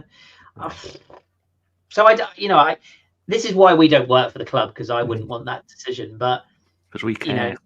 And if you are a player of Rodrigo's standards, you're obviously going to say, yeah, I back myself to get into this team. But if you're someone like Brian Mbeumo, for example, I mean, I want a player who's going to say, yeah, I can get into the Arsenal team, absolutely. Even if he says, I want Trossard's place or Martinelli's place. Yeah, I think that's closer to I think that's the problem. We've got so many things we could do, and there's lots of then we put a bit more pressure on Mikel to rotate his team. I think we've probably, with who we brought in, we've got enough, a bit like as you say, and possibly we're seeing Nuno do this at the moment in Forest, that Marinakis wants to sign loads of players, which I'm assuming is now going through Edu. And Nuno's just gone, no, I want a small squad. I want a tiny squad. Because he does. He only wants, 20 players or something? Something ridiculous. He only wants like 19 first team players, even for his European run. But I think he was always like that as well. Even at Wolves, he had a tiny, tiny squad. Yeah, he had a small team at Tottenham as well, didn't he? Yeah. Yeah. So I think that's part of it, that Bertrand would just go, no, this guy's come in. You've got to use him. This is what we've sold him. You agreed. And I think we will see more accountability. Because it's also, it's one of, I'm going to say, it's probably one of Berta's metrics is value of players, and seeing them increase as well. And you don't want, I hate to say this, but you don't want Saka and Odegaard to just be guaranteed in every week either. You want them under pressure, even as our best players, don't you? I do have one question though. If it doesn't work out, are they going to be another Calafiori lightning rod? As Danny's moved away from Odegaard and whoever being our lightning rods, and currently it's that Italian stallion that he's got his laser eyes focused on. Yeah, but for a waste of money. I'm so torn on him, because there's this question, isn't there? If you could get your money back, would you part ways now? I like what he gives us, but he's yet another player that we've signed as a brilliant centre back, and we're trying to play him at left back. He's not a centre back. He's not a centre back. He's not a centre back. Ask Italian fans. They all say he's a centre back. I was in Milan, and they said, "What does he do?" And they said he's in a brilliant centre back in a back three, and they were like, "Yes." Up until that's not a centre back. Up until when he got injured, 70 games at left back, 45 centre back, 2 right back. Yeah, and all the ones at centre back on the left of a back three. So Thiago Motta team that was mental. The only thing I could see he's useful for is if we played our centre back like Bastoni at Inter Milan, because that's the kind of centre back he is. And for me, he's only good at left back if you play him like you do Timber, a big physical, marauder. Lewis-Skelly. Let's not forget. In fact, Nose has just literally read my mind there. Myles Lewis-Skelly, we all agree, is arguably a midfielder who's just suddenly been parachuted into left back. We've seen how rock hard he was it the Newcastle game? You saw why someone who is he's not a big player, but why he played CM in for the under-21s, because he won't take any shit off of anybody. You're thinking, good player. Is this a level of hyperbole? Probably. I think he had a better game in the Bernabeu than Jack did at the Nou Camp. That's quite the statement. Quite a lot of hyperbole there. Quite the statement. But it is that probably for the new generation of fan. That's the equivalent for them. But then he also struggled against PSG. So I mean, yeah, but then Jack struggled against a lot of teams as well. Yeah, you have those difficult games. And by the way, if you want the blueprint, I know I'm slightly biased, but if you want the blueprint for how midfield should operate, PSG is your absolute go-to. Those 3 midfielders in a short length of time. Oh, that Neves, Ruiz, and Coutinho. I mean, it just gives you everything in midfield, like literally everything. And their fullback, that's the reason why Hakimi basically plays as a winger, and Nuno Mendes on the other side, because those midfielders just do everything. They defend, they attack, they win the ball, they're aggressive, they press, they just do everything. That is what we should be aiming for. Hopefully, that's what we'll end up with when we pair what I imagine will be Rice, Zubimendi, and Odegaard. And don't forget Mikel Merino, who's still here, by the way. I think that's a good. There's your squad depth. Talking about this season and go back to season review, I would say the progress of Declan Rice will almost have converted John to saying that he's a world-class midfielder. For me, it took to the Real Madrid games. Yeah. Kind of see it. I think he still struggles with certain passing. But second half of the season. Best player when he got freed up to be a more offensive, higher up the Partey when he plays for Ghana, he doesn't play DM because he's such a good player. He plays wherever he wants. So when Rice was at West Ham, he was such a good player, their best player. He thought, well, I can play what I want. He wanted to play DM, but now he's had a little bit more freedom here. I mean, he has Souček playing at West Ham as well. But when he's playing for us, he had the chances to play in midfield, and he's gone, I don't just have the DM skills. I've got the CM skills as well. Maybe even a little bit of attacking midfield as well. We've seen some of the stuff that he's been able to do. It's just... If he could pass, that'd be great. But he has I agree that when he gets to that final third, he's very Jude Bellingham. That's not his job, though, is it? Well, it should be. If you can take the ball to the edge of the box, you should be able to pass it into a striker. I don't know. Call me old-fashioned, but if you can get that far with the ball, you should be able to. Maybe just something he's going to progress. He never did that at West Ham. He's only had this season playing in that position for us. Now that Partey's been back and amazing, so maybe he's had a season of transition, and maybe next season he will start doing that. He's such a clean, more confident. Yeah, he's such a clean striker of the ball as well. Like those goals towards the end of the season. I said it on this podcast, and I'll say it again. It's not a done deal as far as we know. But if they do get Zubimendi, I don't think people understand how big a signing that will be. The striker will be one thing, but that Zubimendi is that good. And don't listen to all these people. And where's he going to play? What position? He'll be the Partey. But the thing is with him is he won't. That's the thing. He won't be pigeonholed as the DM. He will be your all action midfielder. He will do everything. So where does Partey play? He think back to what Gilberto Silva and Emmanuel Petit did for us. That's how good Zubimendi is. He'll take the ball off the back four. He'll also cover the fullbacks if they bomb on. Do you remember how good Gilberto was at doing that? When Ashley Cole bombed on and Gilberto just shuffled across just 10 yards and covered that side. That's what Zubimendi will do. But he's also good enough on the ball to progress it through midfield like Petit did. And people always think of Vieira as the one to do that, but Vieira was more like Rice is now. Yeah, he was like the galloping, striding. Petit was always the man who would transition the ball through the midfield and would take it into Petit that. Was a left back. He was a left back. You're absolutely right, and that almost started the inverted fullback generation because that was where he played. He knew the fullback position, and again he covered that so well. And people always think of Petit as a DM, but he was so much more than that. He would take the ball off that midfield or off a winger, drift it into midfield, and then progress it into the final third. And he left Arsenal because of the girlfriend at the time, and he regrets it.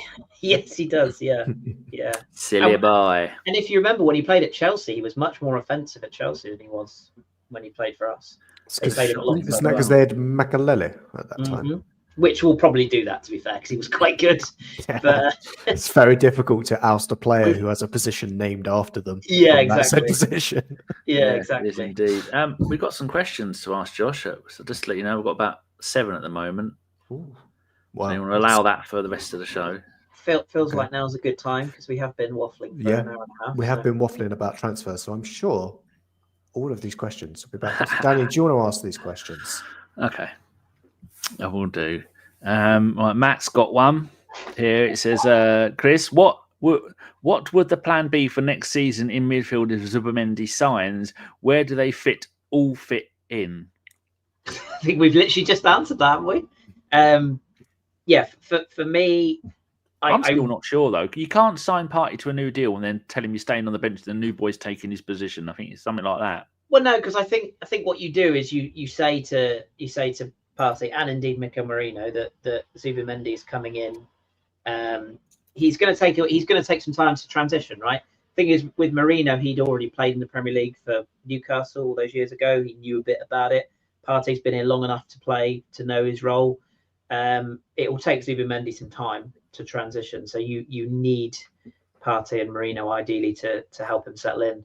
But to answer the question, I would love to see us go back to a proper, if you like, old school 4-2-3-1, and you put, Rice is the slightly more advanced of the two, with Zubimendi as the slightly more deeper, but they rotate, and then you play that fluid three of Saka, Odegaard, and another, whether that be Havertz, whether that be Martinelli, whether that be, Neymar, whoever.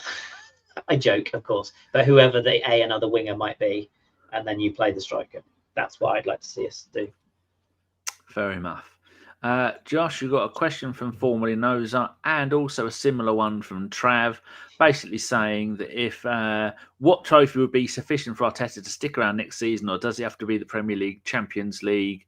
And Noza says, should we don't win anything, should Arteta go next season? Oof. Difficult. It won't actually happen. Your decision won't come true, so don't worry. True. I would probably still sit on the fence and let Berta decide on that one. It depends on the circumstances, right? That if we got, for example, hypothetically, we got to the Champions League final, and just like every other Champions League final we've been in, the only other one, we get mugged off by a refereeing decision. We sacking the manager because of that. No. Because we got mugged over by that. Now, if we fail to win the Premier League because we finished on 60 points, yeah, I'd probably look at the manager position at that front. If we won the Champions League in the same time as getting a 60-point season, probably a lot. Well, it's not going to be like a Di Matteo, put it that way. Maybe he ends up sticking around. But yeah, I would. I think it depends on circumstance. I don't think it can be as binary as trophy he stays, trophy he doesn't, or no trophy he doesn't stay. Just look at what's going on at Tottenham now and the problem they've got. That is a doozy of a pickle, and it makes me smile. It's not a problem, mate. The third season's always better than the second season, mate. We're going to be just fine. Yeah, Jurassic Park 3 was amazing. I remember. Yeah. Alien 3 was great. Yeah, Terminator. We won't even go. Godfather. Godfather's the best one, right? Jaws 3D, classic. Piranha 3 Double D. Back to the Future 3. Yeah, the list is endless. Yeah. All right, there was something else I was looking at. Matt Roberts says, would Chris, or you can both answer this, but would you take anybody from Ipswich, Leicester and Southampton other than Dibbling? Yes. Oh. Do you want to go first, Josh? Or can I guess your one? Yeah. Is it the same as John's one? Is it El Canoes? Yeah. I didn't know that was John's one, but yeah, absolutely. I think he's really good. John would go absolutely mad for El Canoes. I think he's really good. So much, just in a terrible team, he's got so much. You can tell there's the raw makings of a player there. Like, yeah, absolutely, I would. And he wouldn't cost much. I'm thinking similar in the sense of this is the players we're looking at have got the potential X factor, probably come with a bit of a heavy fee. Would I take Liam Delap? Absolutely, as a second choice striker. But I'm not taking him first choice. Anyone I'm taking for any of these sides would be second choice. I'd look at who's the winger Southampton on the other side that was wicked quick. Lallana? Yeah, that's the one. Sulemana?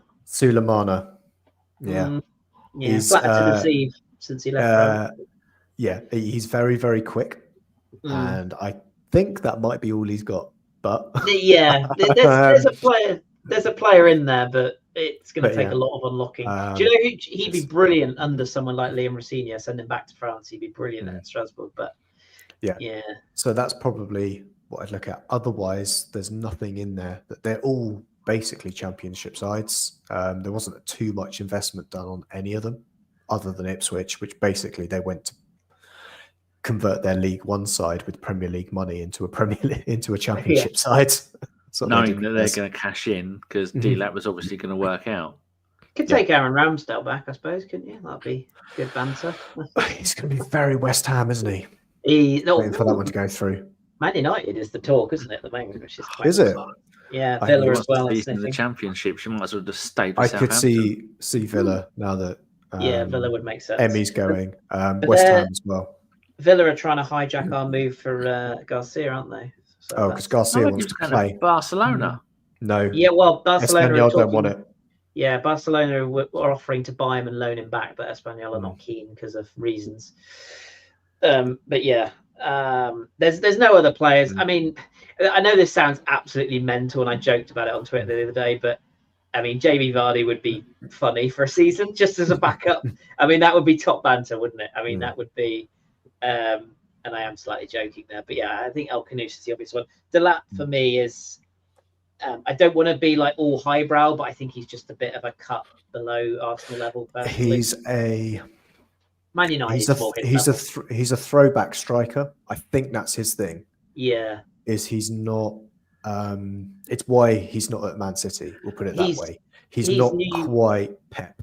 He's Newcastle backup for Isaac or West Ham to replace Danny Ings, isn't he? He's that. You know who he reminds me of though in style. He's just not at that level yet. A young Lenny Henry? No. who will end up signing Gyökeres? Yeah. He's very Gyökeres in style, in physique. But yeah.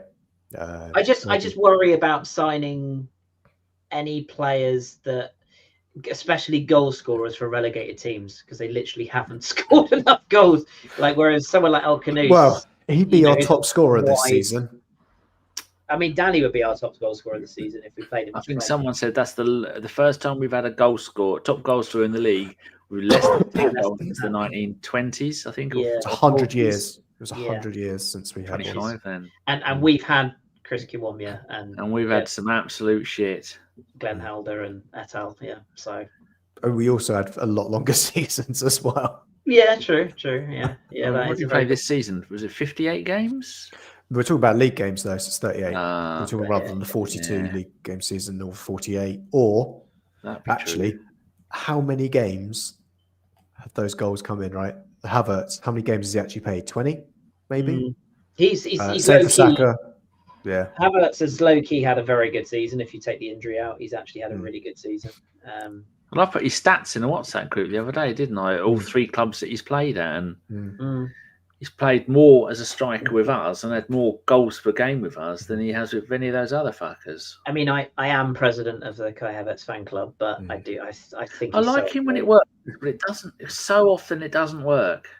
Well, I think what hasn't helped is Odegaard has had one of those seasons, a bit like Ozil. You know when Ozil was on for smashing the assist record, and then he didn't get an assist from January onwards. Odegaard's been exactly the same. He's created so many chances. Like if you look statistically, he's like still creating he's one of the most creative players in the league, bearing in mind he was out for 3 months. But he just hasn't had any end products. It's all that chances, isn't it? Chances created and then have no one. If you had Giroud up front, and this season we had no one up front. Giroud is a brilliant example of exactly what I was going to say as well. The thing is with Kai, as well, is if Kai was about 3 inches shorter and really fast, everyone would think he was unbelievable. But because he's taller and he's a bit gangly and he looks a bit awkward, he doesn't pass the eye test. Do you know what I mean? Like, and yeah, Archie's right. He does miss a few chances per game, but so does Mbappe, and he does all right. So, do you know what I mean?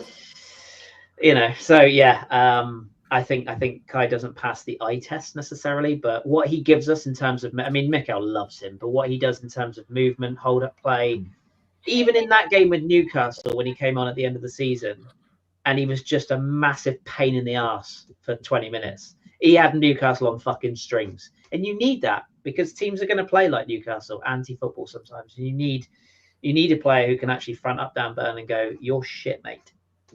So, yeah. Which Gyökeres will do, by the way. Hopefully. If it was him that they signed. Jimmy H says Ronaldo currently on a free. Are we finally going to sign him? He's going to Flamenco, apparently, isn't he? That's where Cedric Suarez is in. Flamenco, yeah, Sao Paulo. It was Botafogo who he was linked with when I saw this morning. He's basically name a club that's not in a top division, as in one of the top 5 leagues, who's in the Club World goals. Who's in that Club World Cup. Yeah, that's where he's going. And the rumors only that he'll sign for the Club World Cup and then he'll look for another club. There's also rumors, isn't there, that Gianni Infantino is going to basically bankroll the wages, or is going to find a creative way to pay the wages to get him on for the Club World Cup. What a fucking because the other way, I think it was that he'd go to Al Hilal as well, the club that on there. But the issue is that they've got Mitro up front. Who wouldn't want that? One of the best. I mean, Ronaldo's still top goal scorer, but when it's goals per game for the time you've been there, Mitrovic is the best, isn't he? I think. Even Tony's doing very well, by the way. So I mean, so's Benzema, won the league. Yeah. Right. Phil says, Josh, does anyone have faith we will get the necessary deals done in and out? Yep, but we may get some deals that not all of us like. Put it that way. In the sense of players will stay that we didn't necessarily want to stay, but I think we're cutting our cloth accordingly. And I would add to that, yes, I agree. And I actually think that 1, maybe 2 of the signings won't be what people want or expect. Particularly the winger. I wouldn't be surprised if we brought somebody in who is completely left field. That's what we need. Left winger. Left wing, exactly. Very good.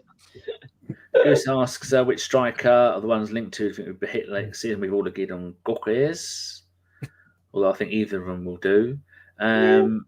Jimmy says, with the summer transfer window, at what point with pounds spent do we say it was a success or failure? Spending 130 million or 200 million? How much is it going to cost, Chris?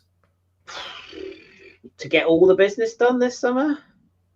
Yeah. I mean, well, the first thing I'm going to say to that is the classic John Welsh. It's not my money, so I couldn't give a fuck. And he's right, by the way. It's not our money, so I don't care if it costs 10 quid or 100 million. I think are you just talking specifically transfer fees, or are we including wages and I'd go fees. Just fees alone, okay. And that doesn't include money coming in. Okay, I just think outgoing. I think we spend 180 million. Oh, only. I think we're spending 300. Oh, easily for the names we're talking about. So Super Mendy's 50 million already. How many Adidas tracksuit lines are we going to have to release to fund that this summer? They're just releasing one in my kitchen now. Yeah. There you go. I think what really helped us was getting to the Champions League semi-final. There's a lot of money there. We also barely signed anybody last 300 million. So you're talking like, because the striker is going to be about 70 to 80. The winger's probably going to be about 50 to 60. That's only 150. And then we've got Super Mendy, another 50 and million. half a dozen left backs. We need another 3 goalkeepers. We need another left back. We need another 17 left backs. Yeah. Got to catch them all. We need some food for Win.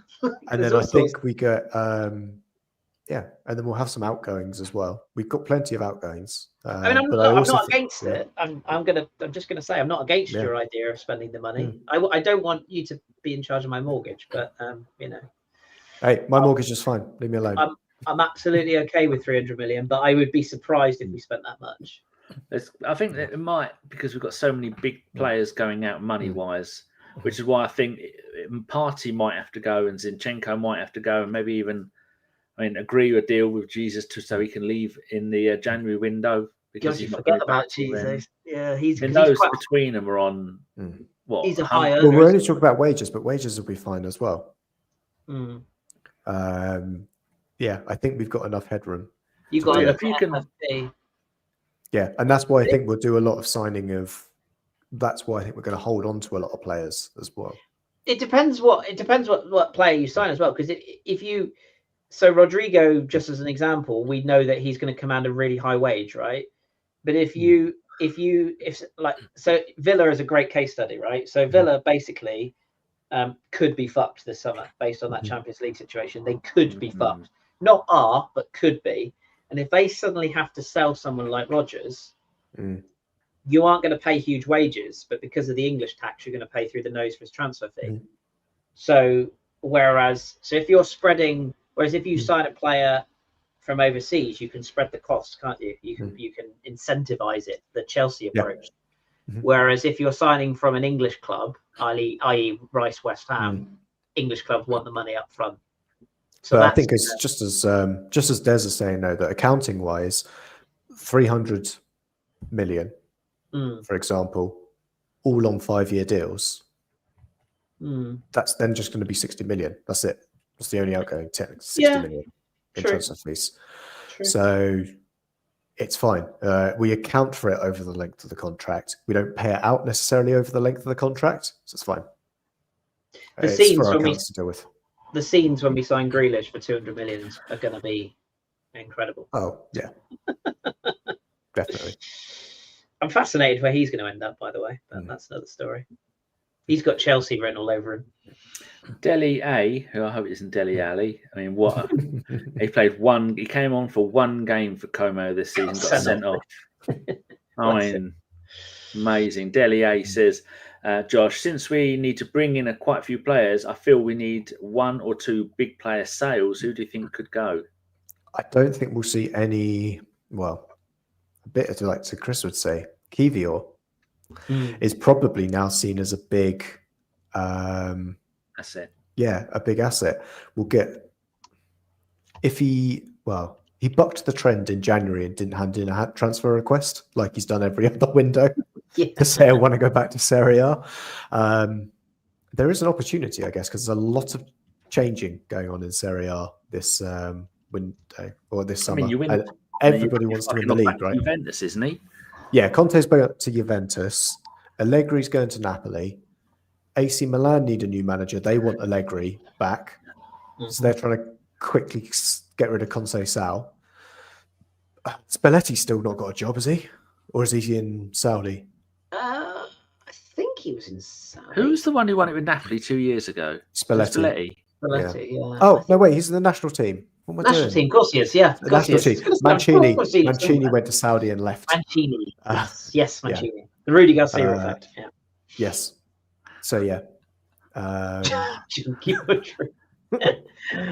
Mikel Mudryk, remember him? Yeah, basically every manager is changing in Serie A, but also Kiwior might be interested going there. So, yeah. And to be fair to Kiwior, by the way, just while we're on him, like if he did want to go, like fair enough. Do you know what I mean? Like, you know, he's given us 2 years. He's never been first choice. Like he would go. Yeah, he would go with a blessing. Like he wouldn't be one of those players that I would be annoyed with if he did say, look, I do want to move on. Like fair enough. No. Do you know and then we kind of, I think we thought about it already because that's what screamed to me about the Calafiori signing. If you signed a guy who could play left back or left centre back, and we assume that Kiwior was going to go in January because he kicked up a fuss again. But no, he stayed. So yeah, we're probably all right. And yeah, he wants to go back to Serie A, so we'll probably get back 10 million. And well, actually, no, it'll be a 2-year loan deal, and then 10 million final fee. And the other thing negotiate down to 2 million. And the other thing you've got to factor in with Kiwior as well is in terms of like the centre back options. Like I said earlier on, to me, I think Mikel doesn't see Ben White as a centre back anymore. But no, it's Timber, yeah. But also Ben has struggled a lot since he's come back. Like he's gonna have to get properly back up to speed. Yeah, there's something out there, isn't there? Yeah, he hasn't looked fit for a long time. So he said he's come back from a pretty difficult injury, and he's even said the best thing I've seen at the moment is about Thomas Tuchel's given us more insight than Arteta about Ben White's situation. Yeah, and just said that he's basically he's not fit. And that he wants the summer. And Tuchel's gone, yeah, I agree. I still want you. I want you for the World Cup. Come back when you're fit. So, yeah. Archie says... We'll come back. Archie's asking about Garnacho. Immediately should be a Absolutely not. I'm out. By the way, Jesus though, me. by the way, though, there is a player there. He's just a massive bellend. Yeah, he just needs to fuck off and play in Spain, where you get He's away got with the that shit. He's got the Yeah. Anthony Gordon about him. Like he's very talented, but also clearly a prick. And I was Jimmy's gonna say asking about Pedro. Calafiori, but we've already covered that. Every Hold on to him. aspect and angle of it. Anyone Josh. in Serie A would bite their hand off, by the way, for Calafiori. He is rated so highly in Italy. They do think he's like the next name a great AC Milan centre-back. And they think he's that one. I can't remember which one. Baresi, Bastoni. Maldini. I think it was Baresi. No. I can't remember. But yeah, they think he's the next best thing. A really good one. was on loan at AC Basically, Milan, wasn't he? it tells me I need to go back was. to Milan. It's clearly been too Senderos. long. Go full Senderos there. They'll love Yeah. it. It's crazy to think that he played at AC Milan, isn't it? Deli wants to know Yeah. before we finish, Josh, do you think any would sell one of Martinelli or Trossard? I'd personally sell both. I think we'll hold on to one of them because they're technically homegrown, and the Yeah. other one will stay because it's easier to keep him than to try and sell him and lose a lot of effort trying to sign a player that you just want as a bit part. And I'd keep both Yeah, that too. for the record. Mm. I wouldn't be surprised if one went. By the way. I wouldn't Well, be we're trying to sign Trossard to a new deal, so I'd be surprised if he's trying to leave Well, yeah, immediately. do you know what I mean? Like, shape of it. Let me But, yeah, rephrase that. I get what you mean about Martinelli. I wouldn't be surprised if a bigger name was moved on. But and of the bigger names that could potentially move on, I mean, if they sold Gabriel and Saliba, they want their fucking head shred, and they're not going to sell Odegaard or Rice. So Martinelli and Trossard are the only two that I could see being sellable assets, if you will. But I think it was also to bear in mind, I don't think we saw anybody that was involved in the current squad No, I played agree. more than 5 games because Mikel screamed how short we are. So Yeah. if we then went and made ourselves even shorter for numbers, no. I think we might Pitfalls. tweak things. Yeah. We might tweak things in the sense of Zinchenko might go because MLS has come through at a left back. We don't need that many left backs. We know KT's moving on. And they don't trust Zinchenko in midfield, which is his. No. Could have So played in you'd- there. And he was going to go to Dortmund, wasn't he, in January? And then that fell through because they sacked their manager. So he already had one foot out the door. And you can see that he was trying to get a goal so badly, but it's enough to say that's what he wanted to sign off with.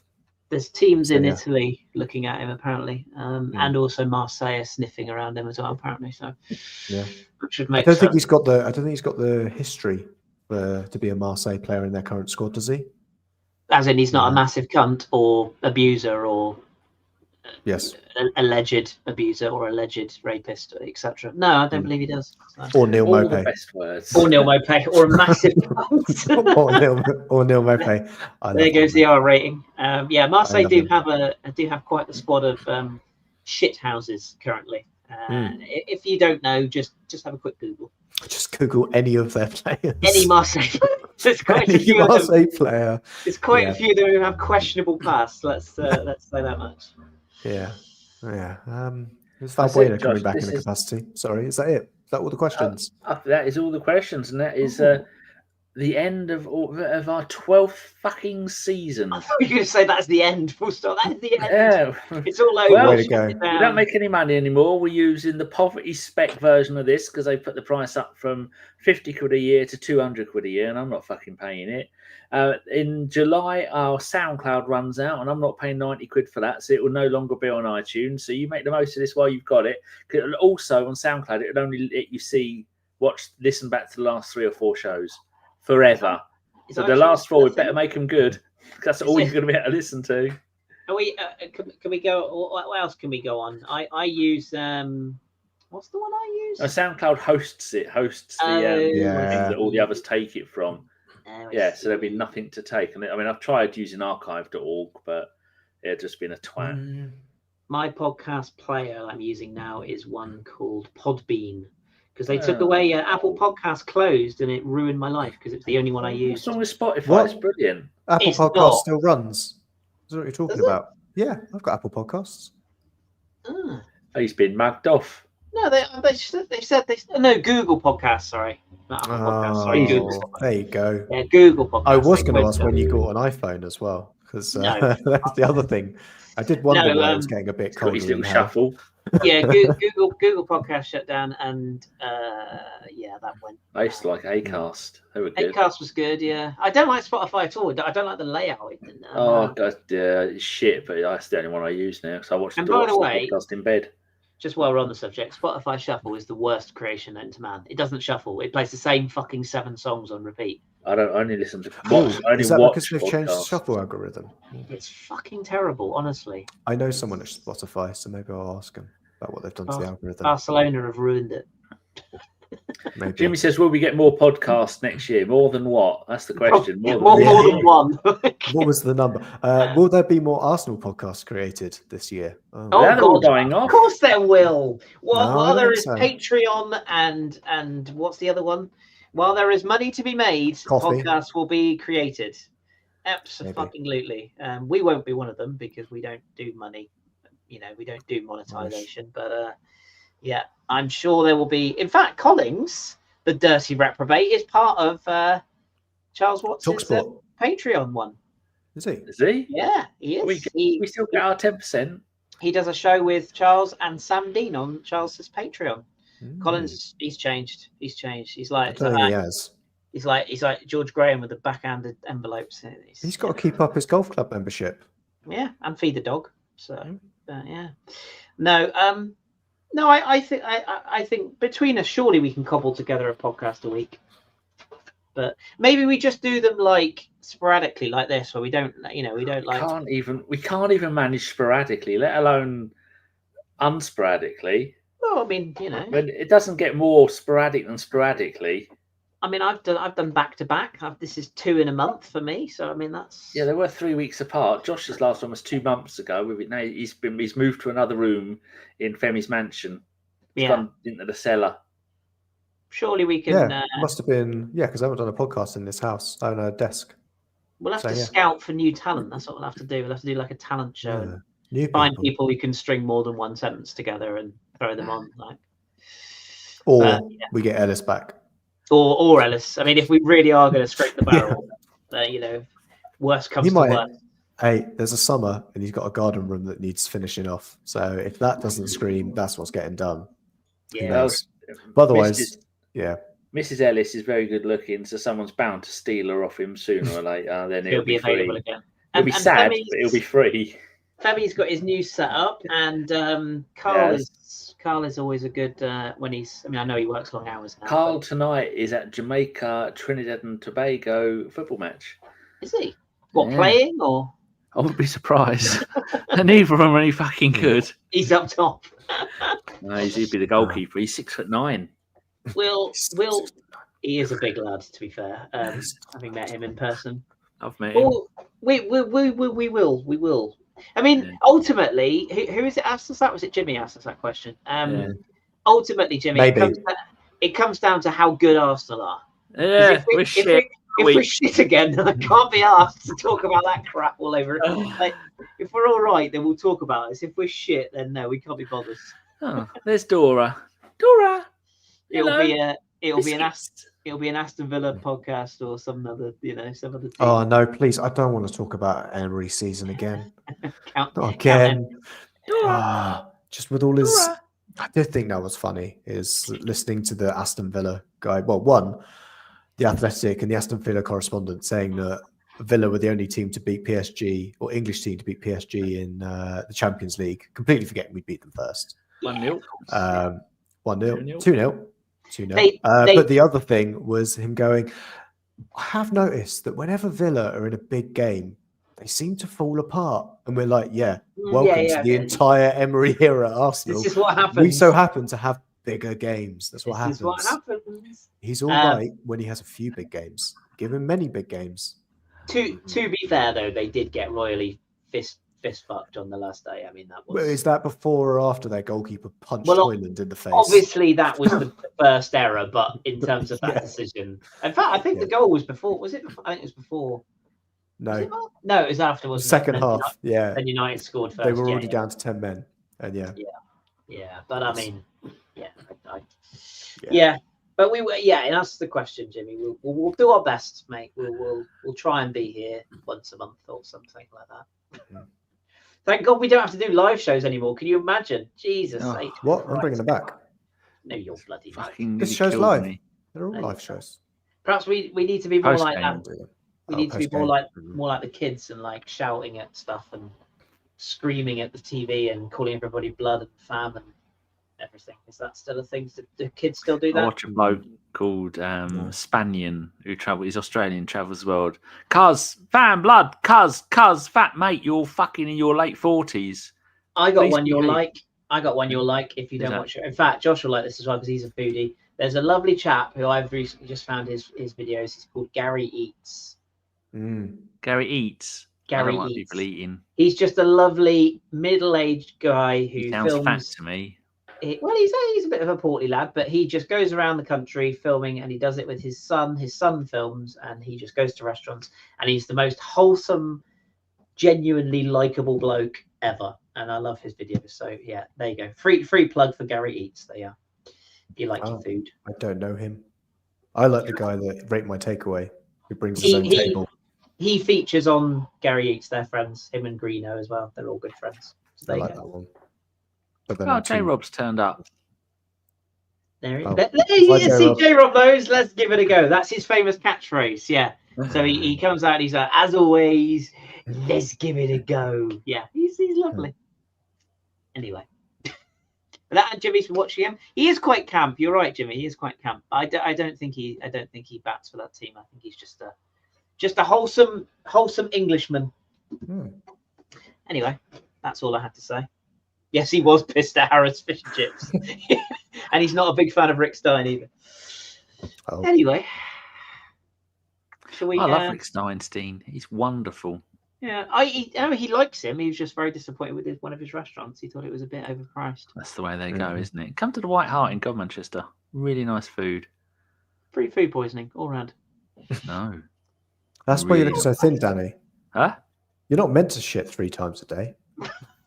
Don't. I shit every 2 or 3 days. Oh God! Let's end this. Oh my see where god! this is How going. many Keurigs? No. See where this is going. Right. I don't have control to turn this off now because No. I don't log in as Danny anymore. No. I don't think I'm allowed to. No. So it's just for Danny to turn this off. We don't even get an end.